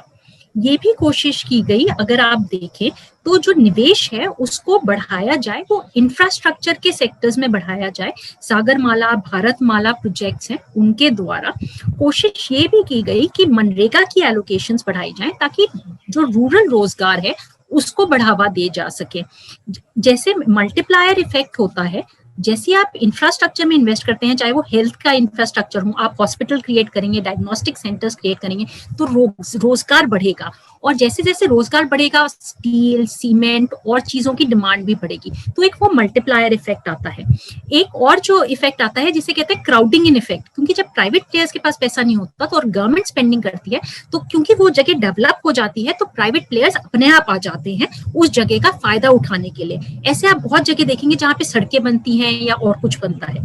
तो एक क्राउडिंग आउट इफेक्ट किया, मल्टीप्लायर इफेक्ट किया, हेल्थ इंफ्रास्ट्रक्चर जो एक विशियस सर्कल ऑफ पॉवर्टी को ब्रेक करता है, क्योंकि क्या होता है कि प्रोडक्टिविटी बहुत इंपॉर्टेंट होती है। जो एक अस्वस्थ व्यक्ति है वो अपनी जॉब पे नहीं जा पाता, वो उतना प्रोड्यूस नहीं कर पाता, उसकी स्वास्थ्य अच्छी रहे, वो आयुष्मान भारत के द्वारा और इस हेल्थ केयर इंफ्रास्ट्रक्चर के द्वारा उसको जो है कोशिश की गई, वो जो विशियस सर्कल ऑफ पॉवर्टी है उसे ब्रेक किया जाए। तो ये सारी कोशिशें रही हैं बजट में भी, अभियानों में भी, और जो है टैक्स की प्रणाली में भी। अंशुमान सर, आप क्या जोड़ना चाहेंगे इसमें? एक्साइज पहले ही देश सबसे ज्यादा दे रहा है रेसीट्स के हिसाब से, अब इनकम टैक्स भी कॉर्पोरेट के ऊपर चला गया है। टैक्सेशन को लेके क्या विचार है, सरकार की थिंकिंग क्या है? निखिल, टैक्सेशन की बहस थोड़ी लंबी और बहुआयामी है, और मुझे लगता है कि आज इतने समय में हम उसे नहीं समझ सकते, पर एक चीज बड़ा स्पष्ट रूप से समझना जरूरी है कि भारत दुनिया के उन देशों में है जो खपत पर कई तरह से टैक्स लगाता है, और जब आप कंजम्पशन को टैक्स करते हैं, इनकम टैक्स के नजरिए से हम टैक्स देखते हैं, क्योंकि इनकम टैक्स बहुत छोटे लोगों पे लगता है। अब लोग कहते हैं साहब बहुत कम लोग इनकम टैक्स देते हैं, तो आप क्या आबादी की बेसिक इनकम ही कितनी जो इनकम टैक्स देगी? अधिकांश आबादी तो आपकी इनकम टैक्स के एग्जेम्पशन लिमिट से नीचे आती है। तो यह बहस ही दूसरे तरीके की। भारत एग्जम्पशन पर टैक्स लगता है, और इतनी स्मार्टली सरकारों ने भारत में टैक्सेशन बढ़ाया और लगाया है। आपकी जो चीज, जो भी खपत जिन टैक्सेस से प्रभावित होती है, जो आपके जीवन में महंगाई लाती है, वो सब जीएसटी के दायरे से बाहर है। जहां से डायरेक्ट महंगाई आ रही, बिजली बाहर है, रियल एस्टेट बाहर है, रजिस्ट्रेशन बाहर है, पेट्रोल डीजल बाहर है। एक छोटा सा आंकड़ा ध्यान रखने की जरूरत है, जहां से लोगों को समझ में आ जाएगा कि टैक्सेशन की पॉलिसी किस तरह से है। सरकार ने 1.5 लाख करोड़ रुपए की राहत कारपोरेट टैक्स में 2018 में कंपनियों को दी और पिछले साल 2,94,000 करोड़ रुपए पेट्रोल डीजल से टैक्स में वसूल लिया। 2,94,000 करोड़ रुपए वो उस साल वसूला जब सबसे ज्यादा मंदी थी, जब इकोनॉमी बंद थी, माइनस में ग्रोथ चल रही थी। तो भारत की पूरी टैक्सेशन पॉलिसी कंजम्पशन को स्टाइफल करने वाली, कम रोकने वाली पॉलिसी। और हम आज भी मल्टीपल टैक्सेशन के शिकार हैं। आप कार खरीदने से लेकर और टोल पे करने तक कम से कम 11 जगह एक ही सर्विस पर टैक्स दे रहे होते हैं। तो ये जो टैक्सेशन पॉलिसी है ये इन्फ्लेशनरी है। ये टैक्सेशन पॉलिसी लोगों को कम खर्च करने के लिए, और इसमें और बहुत सारे मुद्दे हैं। हुआ ये कि पिछले एक साल में जब सरकार के रेवेन्यूज बुरी तरह टूटे तो गवर्नमेंट ने अन्य देशों की सरकारों की तरह हमारी जिंदगी आसान करने के लिए टैक्स घटाया नहीं, बल्कि कंसिस्टेंटली टैक्स बढ़ाया। आप पेट्रोल डीजल का उदाहरण आप अपने सामने देख सकते हैं। 2016-17 के बाद 400% के आसपास पेट्रोल डीजल पर टैक्सेशन इंक्रीज हुआ। ऐसा लगता है इसे पूरा देश की सारी सरकारें मिलकर सिर्फ एक ही चीज को निचोड़ लेना चाहती हैं, जबकि अंतरराष्ट्रीय बाजार में कच्चे तेल की कीमत 60, 65, 66 के आसपास है। कोई आग नहीं लगी है उसमें। यही पोजीशन आप फार्मास्यूटिकल इंडस्ट्री के ऊपर टैक्सेशन के लिए देख लीजिए, यही पोजीशन आप और बाकी सारी चीजों पर देख लीजिए। तो अगर हम टैक्सेशन की पॉलिसी के नजरिए से देखने की कोशिश करेंगे तो आपको दिखाई देगा कि ये पॉलिसी भारत में इन्फ्लेशनरी भी है। हमारे जैसे देश में जहां एवरेज कॉस्ट ऑफ लिविंग बहुत हाई है, लोगों की इनकम लेवल बहुत कम है, वहां इनडायरेक्ट टैक्सेशन हर उस व्यक्ति को भी असर करता है जो सड़क पर खड़ा हुआ होता है, और जो ऊपर वाला है उसके लिए तो खैर उतनी बड़ी बात नहीं पड़ती। तो ये चीज हमें दिख रही है जीएसटी आने के बाद भी, और जीएसटी आने के पहले भी वही स्थिति थी, जीएसटी आने के बाद भी। और इसीलिए दो महत्वपूर्ण चीजें समझना जरूरी है कि जीएसटी, जिसके बारे में कहा जाता है कि उसने देश में टैक्स के रेट्स कम कर दिए, बाकी चीजें कम कर दिए, भारत की डिमांड नहीं बढ़ी जीएसटी आने के बाद, जीडीपी में ग्रोथ नहीं बढ़ी। जिस दिन से जीएसटी आया उस दिन के बाद कंजम्पशन डिमांड लगातार गिर रही, product wise, sector wise demand में भी बढ़ोतरी नहीं हुई, कुछ बड़े सेगमेंट्स को छोड़ दीजिए। तो यह समझना जरूरी है कि क्या टैक्सेशन पॉलिसी भारत में कंजम्पशन को सपोर्ट करती है या कंजम्पशन को ही दबाव में रखती है, जो भारतीय अर्थव्यवस्था का सबसे बड़ा टरबाइन है, जो 60% कंट्रीब्यूशन करता है जीडीपी की ग्रोथ में। हमारी टैक्सेशन पॉलिसी हमें ज्यादा खपत करने के लिए प्रेरित करती है, हमें रोकती है ज्यादा खपत करने से। और अगर हम ज्यादा खपत नहीं करते हैं तो कंपनियां इन्वेस्टमेंट कैसे करेंगी, रोजगार कैसे आएगा, पहली चीज है। दूसरी एक और थ्योरी समझना जरूरी है निखिल, की इस महामारी ने दुनिया में सरकारों के काम करने के, बजट चलाने के, इनके सबके सारे तरीके सर के बल खड़े कर दिए, बिल्कुल हिला दिया है कि हम कैसे सोचते हैं इकोनॉमी के बारे में, हम कैसे देखते हैं किसकी क्या रिस्पॉन्सिबिलिटी है, इसे समझते हैं। भारत में कंसिस्टेंटली ये बात कही जाती है कि गवर्नमेंट स्पेंडिंग बढ़ाइए, सरकार खर्च करेगी तो लोगों को रोजगार आएगा। आप irrespective of political party Bharat की सरकारों के बजट उठाकर देख लीजिए, सरकारें तो उतना भी खर्च नहीं कर पाती जितना उनको सामान्य दिनों में मिलता है। सरकारों के विभागों का खर्च, क्योंकि भारत में गवर्नमेंट की स्पेंडिंग कैपेसिटी बहुत ही छोटी है, पाइपलाइन बहुत छोटी है, आप इनडायरेक्ट स्पेंडिंग कर सकते हैं। और इसलिए जब भारत में सबसे भयानक मंदी आई पिछले साल, तो सरकार ने जो पैकेज जारी किया वो पैकेज 80% क्रेडिट ड्रिवन पैकेज था। बैंकों से कहा जा रहा था कि आप कंपनियों को, काम करने वालों को कर्ज दीजिए। सामान्य समझ की बात है कि मेरी दुकान बंद है, मुझे पता नहीं कि कब दुकान खुलेगी, कब धंधा शुरू होगा, मेरे पास क्या 20% रिटर्न होगा कि मैं 10% इंटरेस्ट पे कर सकूं। इसलिए भारत की सबसे उदार क्रेडिट पॉलिसी के बाद, ब्याज दरों में लगातार कमी के बाद, आरबीआई का डेटा बताता है कि भारत में बैंकों से क्रेडिट की डिमांड 10 साल के लोएस्ट लेवल पर। आपके पास कर्ज भी सस्ता था, सरकार गारंटी भी दे रही थी, बैंक अपनी खिड़कियां खोले हुए बैठे थे, फिर भी लोग कर्ज लेने क्यों नहीं गए? क्योंकि वो कर्ज कैसे लेंगे जब उन्हें पता नहीं कि कारोबार आगे हमें वो रिटर्न देगा कि नहीं देगा। तो ये कहीं ना कहीं चैलेंज स्ट्रक्चरल है। ऐसी सिचुएशन में सरकारों को स्पेंडिंग का स्ट्रक्चर बदलना पड़ेगा, ढांचा बदलना पड़ेगा। सड़कों पुलों को बनाकर लंबे समय के प्रोजेक्ट से ज्यादा जरूरी है कि लोगों के हाथ में पैसे पहुंचाने की कोशिश की जाए। और वो दो ही तरीके से हो सकती, या तो आप डायरेक्ट बेनिफिट ट्रांसफर करके उनको पैसा दें, या उनकी जिंदगी आसान करें और जिंदगी जीने की लागत कम करें। आपकी जिंदगी जीने की लागत, केवल एक छोटा सा उदाहरण है कि भारत में पिछले एक साल में लोगों का स्वास्थ्य पर खर्च 5% से 11% हो गया। अब आप सोचिए, जिस आदमी ने इलाज पर खर्च किया होगा उसने किस दूसरी डिमांड के लिए अपना पेट काटा होगा। और अगर वो कपड़े खरीदने में हर साल जितना पैसा खर्च करता है उससे आधा खर्च कर रहा है, तो जालंधर लुधियाना की कोई कपड़ा फैक्ट्री बंद हो रही है इसके कारण। ये समझना जरूरी है। ठीक है, बहुत बहुत शुक्रिया आप दोनों गेस्ट का, डॉक्टर यामिनी अग्रवाल का भी, डॉक्टर अंशुमन तिवारी का भी, सर आपका। खासतौर पे आपका एक, हम जानते हैं, हमारे दर्शकों को भी हम इन्फॉर्म करना चाहते हैं, एक बड़े अर्जेंट एंगेजमेंट के लिए आप घर से निकले हुए थे, लेकिन फिर भी आपने बीच में हमारे लिए वक्त निकाला है। शुक्रिया सर। और जैसा सौरभ कह रहे थे कि मार्केटिंग का मार्केटिंग का मौका छोड़ना नहीं चाहिए। तो डॉक्टर अग्रवाल को आप दिल्ली टॉप शो पर भी रेगुलरली देखते हैं। जब जब हमें इकोनॉमिक इनसाइट्स की जरूरत होती है तब हम मैडम से वक्त लेते हैं। थैंक यू मैम, आज भी हमें वक्त दे रहे हैं। चलिए अब बढ़ते हैं नेता नगरी के अगले और आखिरी सेगमेंट की तरफ, जिसका नाम है फुर्सत की सलाह। फुर्सत की सलाह में सबसे पहले मेरे काबिल साथी निखिल आपको बताएंगे कि वो इस वीकेंड पर क्या करने वाले हैं। Nikhil, over to you.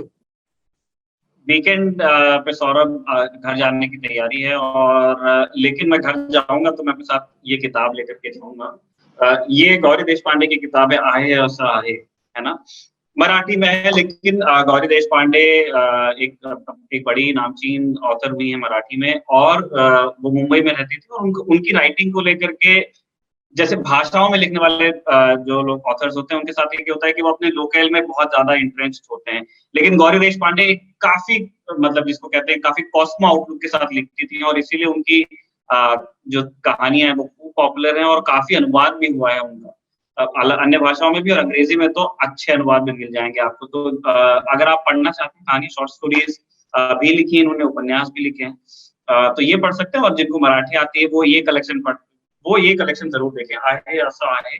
बहुत सुंदर कहानियां हैं, छोटी छोटी, और बहुत टच करती हैं आपको अलग अलग लेवल्स पे। तो ये एक काम किया जा सकता है, ये वीकेंड पे खत्म हो जाने वाली किताब भी है।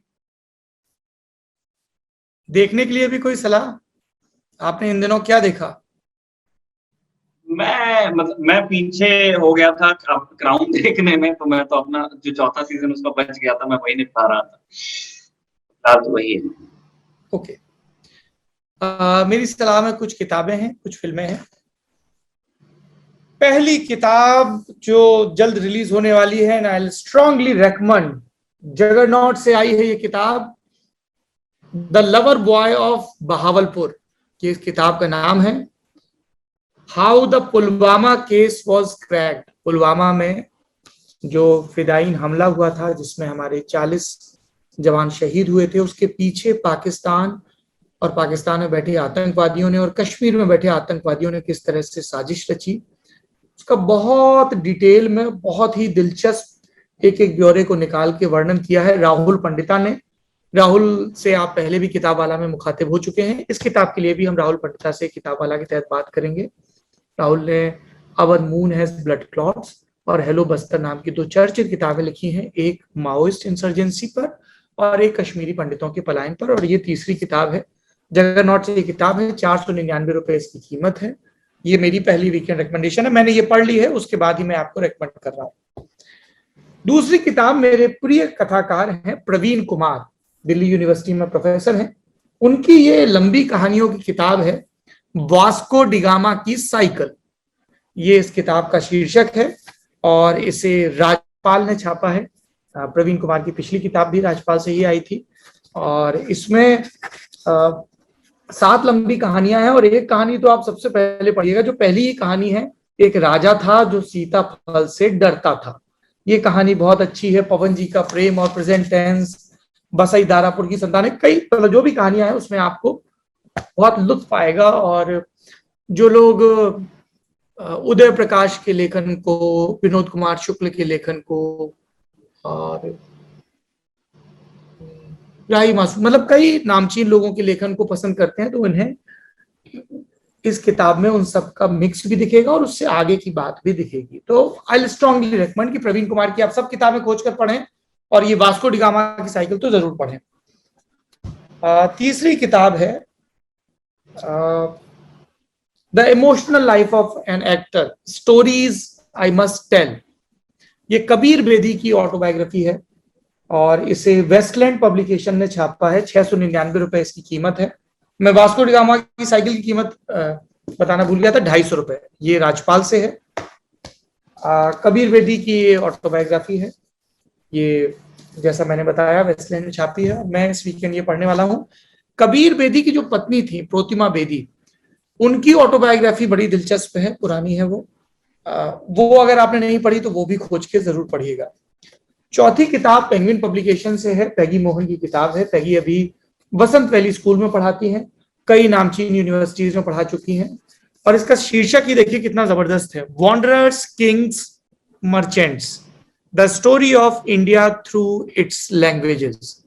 ये किताब है, इस किताब को मैंने उल्टा पलटा है और मुझे ये दिलचस्प लगी है और मैं इसे इस वीकेंड में गिराने का इरादा रखता हूँ। ये लगभग 300 पन्ने की किताब है। तो ये 4 किताबें हैं। बुधवार से किताब वाला फिर से शुरू हो रहा है और उसमें सबसे पहले जो आपको किताब नजर आएगी वो अमित लोढ़ा की किताब है, IPS। इस किताब को मैंने आपको पहले ही बताया था, लाइफ इन द यूनिफॉर्म। इस पर किताब वाला की बातचीत रिकॉर्ड हो चुकी है और भी कई किताबें हैं जिन पर चर्चा होगी। और फिल्मों की बात करूं तो एक काफी पुरानी फिल्म है लेकिन बहुत प्यारी फिल्म है और जिनके परिवार में परिवारजनों के अलावा कुत्ते भी होते हैं वो तो इस फिल्म से बहुत कनेक्ट करेंगे। इस फिल्म का नाम है हाची, अ डॉग्स टेल। ये 2009 की फिल्म है। राम जाने मुझसे कैसे छुट्टी हुई थी अभी तक। तो इस फिल्म को देखने के बाद मुझे बख्तावर और झुमरी की, है ना, याद और आने लगी है। बहुत दिनों से लॉकडाउन के फेर में उनसे मिला नहीं हूँ। तो एक कुत्ते और एक इंसान के बीच की कहानी। एक प्रोफेसर है म्यूजिक के और एक कुत्ता है जिसका नाम हाची है, जापानीज कुत्ता है और उनके पास एक्सीडेंटली पहुंच जाता है और ये एक ट्रू स्टोरी पे बेस्ड कहानी है। So you can watch, it's a good, प्यारा सा वॉच। और एक सीरीज भी मैंने देखनी शुरू की है और सीरीज एक्चुअली कई शुरू की हैं पर जो मैं फिलहाल रेकमेंड करूंगा वो है द सरपेंट। और it's a good writing, good detailing, good writing. और मैंने एंटोन सॉर्किन की लिखी न्यूज रूम को भी रिवाइज करना शुरू किया है। तो अगर आपने नहीं देखी है द न्यूज रूम तो आप वो भी रिवाइज कर सकते हैं। आज की वीकेंड रिकमेंडेशन में इतना ही है। और करना तो बहुत कुछ होता है लेकिन समय की कमी रहती है तो कर नहीं पाते हैं। मुझे एक नई भाषा सीखनी है और कैलीग्राफी का अपना अभ्यास जो छूटा हुआ है उसको आगे बढ़ाना है, उर्दू का, तो बहुत सारी चीजें हैं। पर आजकल घर के काम इतने ज्यादा होते हैं कि ज्यादा कुछ कर नहीं पाते हैं। आप लोग अपना ख्याल रखें। निखिल जी आप भी अपना ख्याल रखें और काका और काकी को मेरा प्रणाम कहें और सुरक्षा के साथ वहीं से रह के काम करें। ठीक है निखिल जी? ठीक है सर। और जब आप वापस आएंगे तो मेरे लिए कुछ मराठी लेखकों की, बल्कि वापस आने की जरूरत नहीं है, मतलब उसके पहले ही कुछ अच्छे मराठी लेखकों की अगर किताबें मुझे हिंदी में मिल पाए तो मुझे पार्सल करिएगा। ठीक है? बिल्कुल। वो जैसे वैसे एक ही चीज है, उसके लिए उसको खरीदने के लिए जो सही जगह है वो मेरा घर नहीं है। लेकिन हाँ मैं बिल्कुल आपको अरेंज करवाता हूँ। और विजय, आप इतने साधन पत्रकार हैं, हर शहर में आपके मुरीद हैं। मुझे हर महीने एक अच्छी मराठी किताब का हिंदी अनुवाद भेजिए ताकि मैं उसे पढूं। विजय तेंदुलकर के बहुत अच्छे काम आपको हिंदी अंग्रेजी दोनों में मिल जाएंगे। वो तो अंग्रेजी खुद लिखते भी थे। सर इधर रखिए मेरे दाएं हाथ पे। अच्छा वो ठीक है। फिर बाकी लोगों पे जाएंगे। गौरी देशपांडे से शुरू करते हैं। हाँ, उनके अंग्रेजी में अच्छे। हिंदी में अनुवाद नहीं है क्या मराठी लेखकों के? हिंदी होते हैं सौरभ, लेकिन जैसे ये मेरा निजी अनुभव है, बिल्कुल लोग डिसएग्री भी कर सकते हैं। हिंदी अनुवाद ना बहुत अच्छे मिलेंगे नहीं आपको। तो जैसे आप जब आपको हिंदी में पढ़ेंगे आपको तुमको और मुबारक को, तुम दोनों लोग मराठी और हिंदी समझते, तुमको करने चाहिए कुछ अनुवाद। कौन करेगा? नहीं आपको उसके लिए, मतलब जैसे मैं तो बहुत ऑनेस्टली ये एक्सेप्ट कर सकता हूँ कि उतनी स्किल नहीं है ना हिंदी में ना मराठी में कि जिन लोगों का नाम ले रहा हूँ वैसे कोई अनुवाद अटेम्प्ट करे। लेकिन जो अच्छे अनुवादक होते हैं वो भी अच्छे हिंदी अनुवाद मैंने अभी तक देखे नहीं है, कम है, वो बहुत रेयर है। जैसे आपको बहुत ही जिनको कहते हैं ना बहुत पॉपुलर जो चीजें हैं, जैसे मृत्युंजय वगैरह का हो सकता है कि हिंदू अनुवाद आपको ठीक मिल जाए, है ना, और आप उसको पढ़ भी जाएंगे। लेकिन जो उस भाषा को जानता है और जिसने मृत्युंजय मराठी में पढ़ी होगी और अगर वो कोई खराब अनुवाद पढ़ रहा है तो उसका वो फिर बड़ा मायूस होता है। वो ऐसा लगता है कि यार मैं, क्योंकि वहां तक ले नहीं जा पाते हैं लोग। मैंने देखा है पूरे सेंटेंसेस खा जाते हैं, पूरे पैराग्राफ्स खा जाते हैं, पूरी वो फीलिंग गायब कर देते हैं। तो ये एक हिंदी ट्रांसलेशन के साथ जब मैं जामिया में पढ़ता था तभी भी ये दिक्कत थी कि हमारे साथ ऐसे बहुत लोग थे जो अंग्रेजी, जामिया में 3 भाषाओं में आप पेपर अटेम्प्ट कर सकते हैं, उर्दू, हिंदी, इंग्लिश। तो जो बच्चे अंग्रेजी नहीं जानते थे उनकी शिकायत होती थी कि यार हिंदी की किताबें इतने आधे मन से लिखी जाती हैं, हम क्या पढ़े।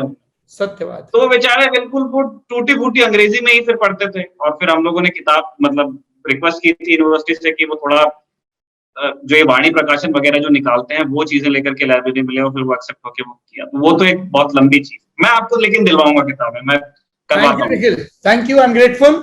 आप लोग भी, दर्शकों, मेरे दोस्तों, मेरे परिवार के सदस्यों, अपना खूब ख्याल रखें, सुरक्षित रहें और संवाद चलता रहे। Thank you.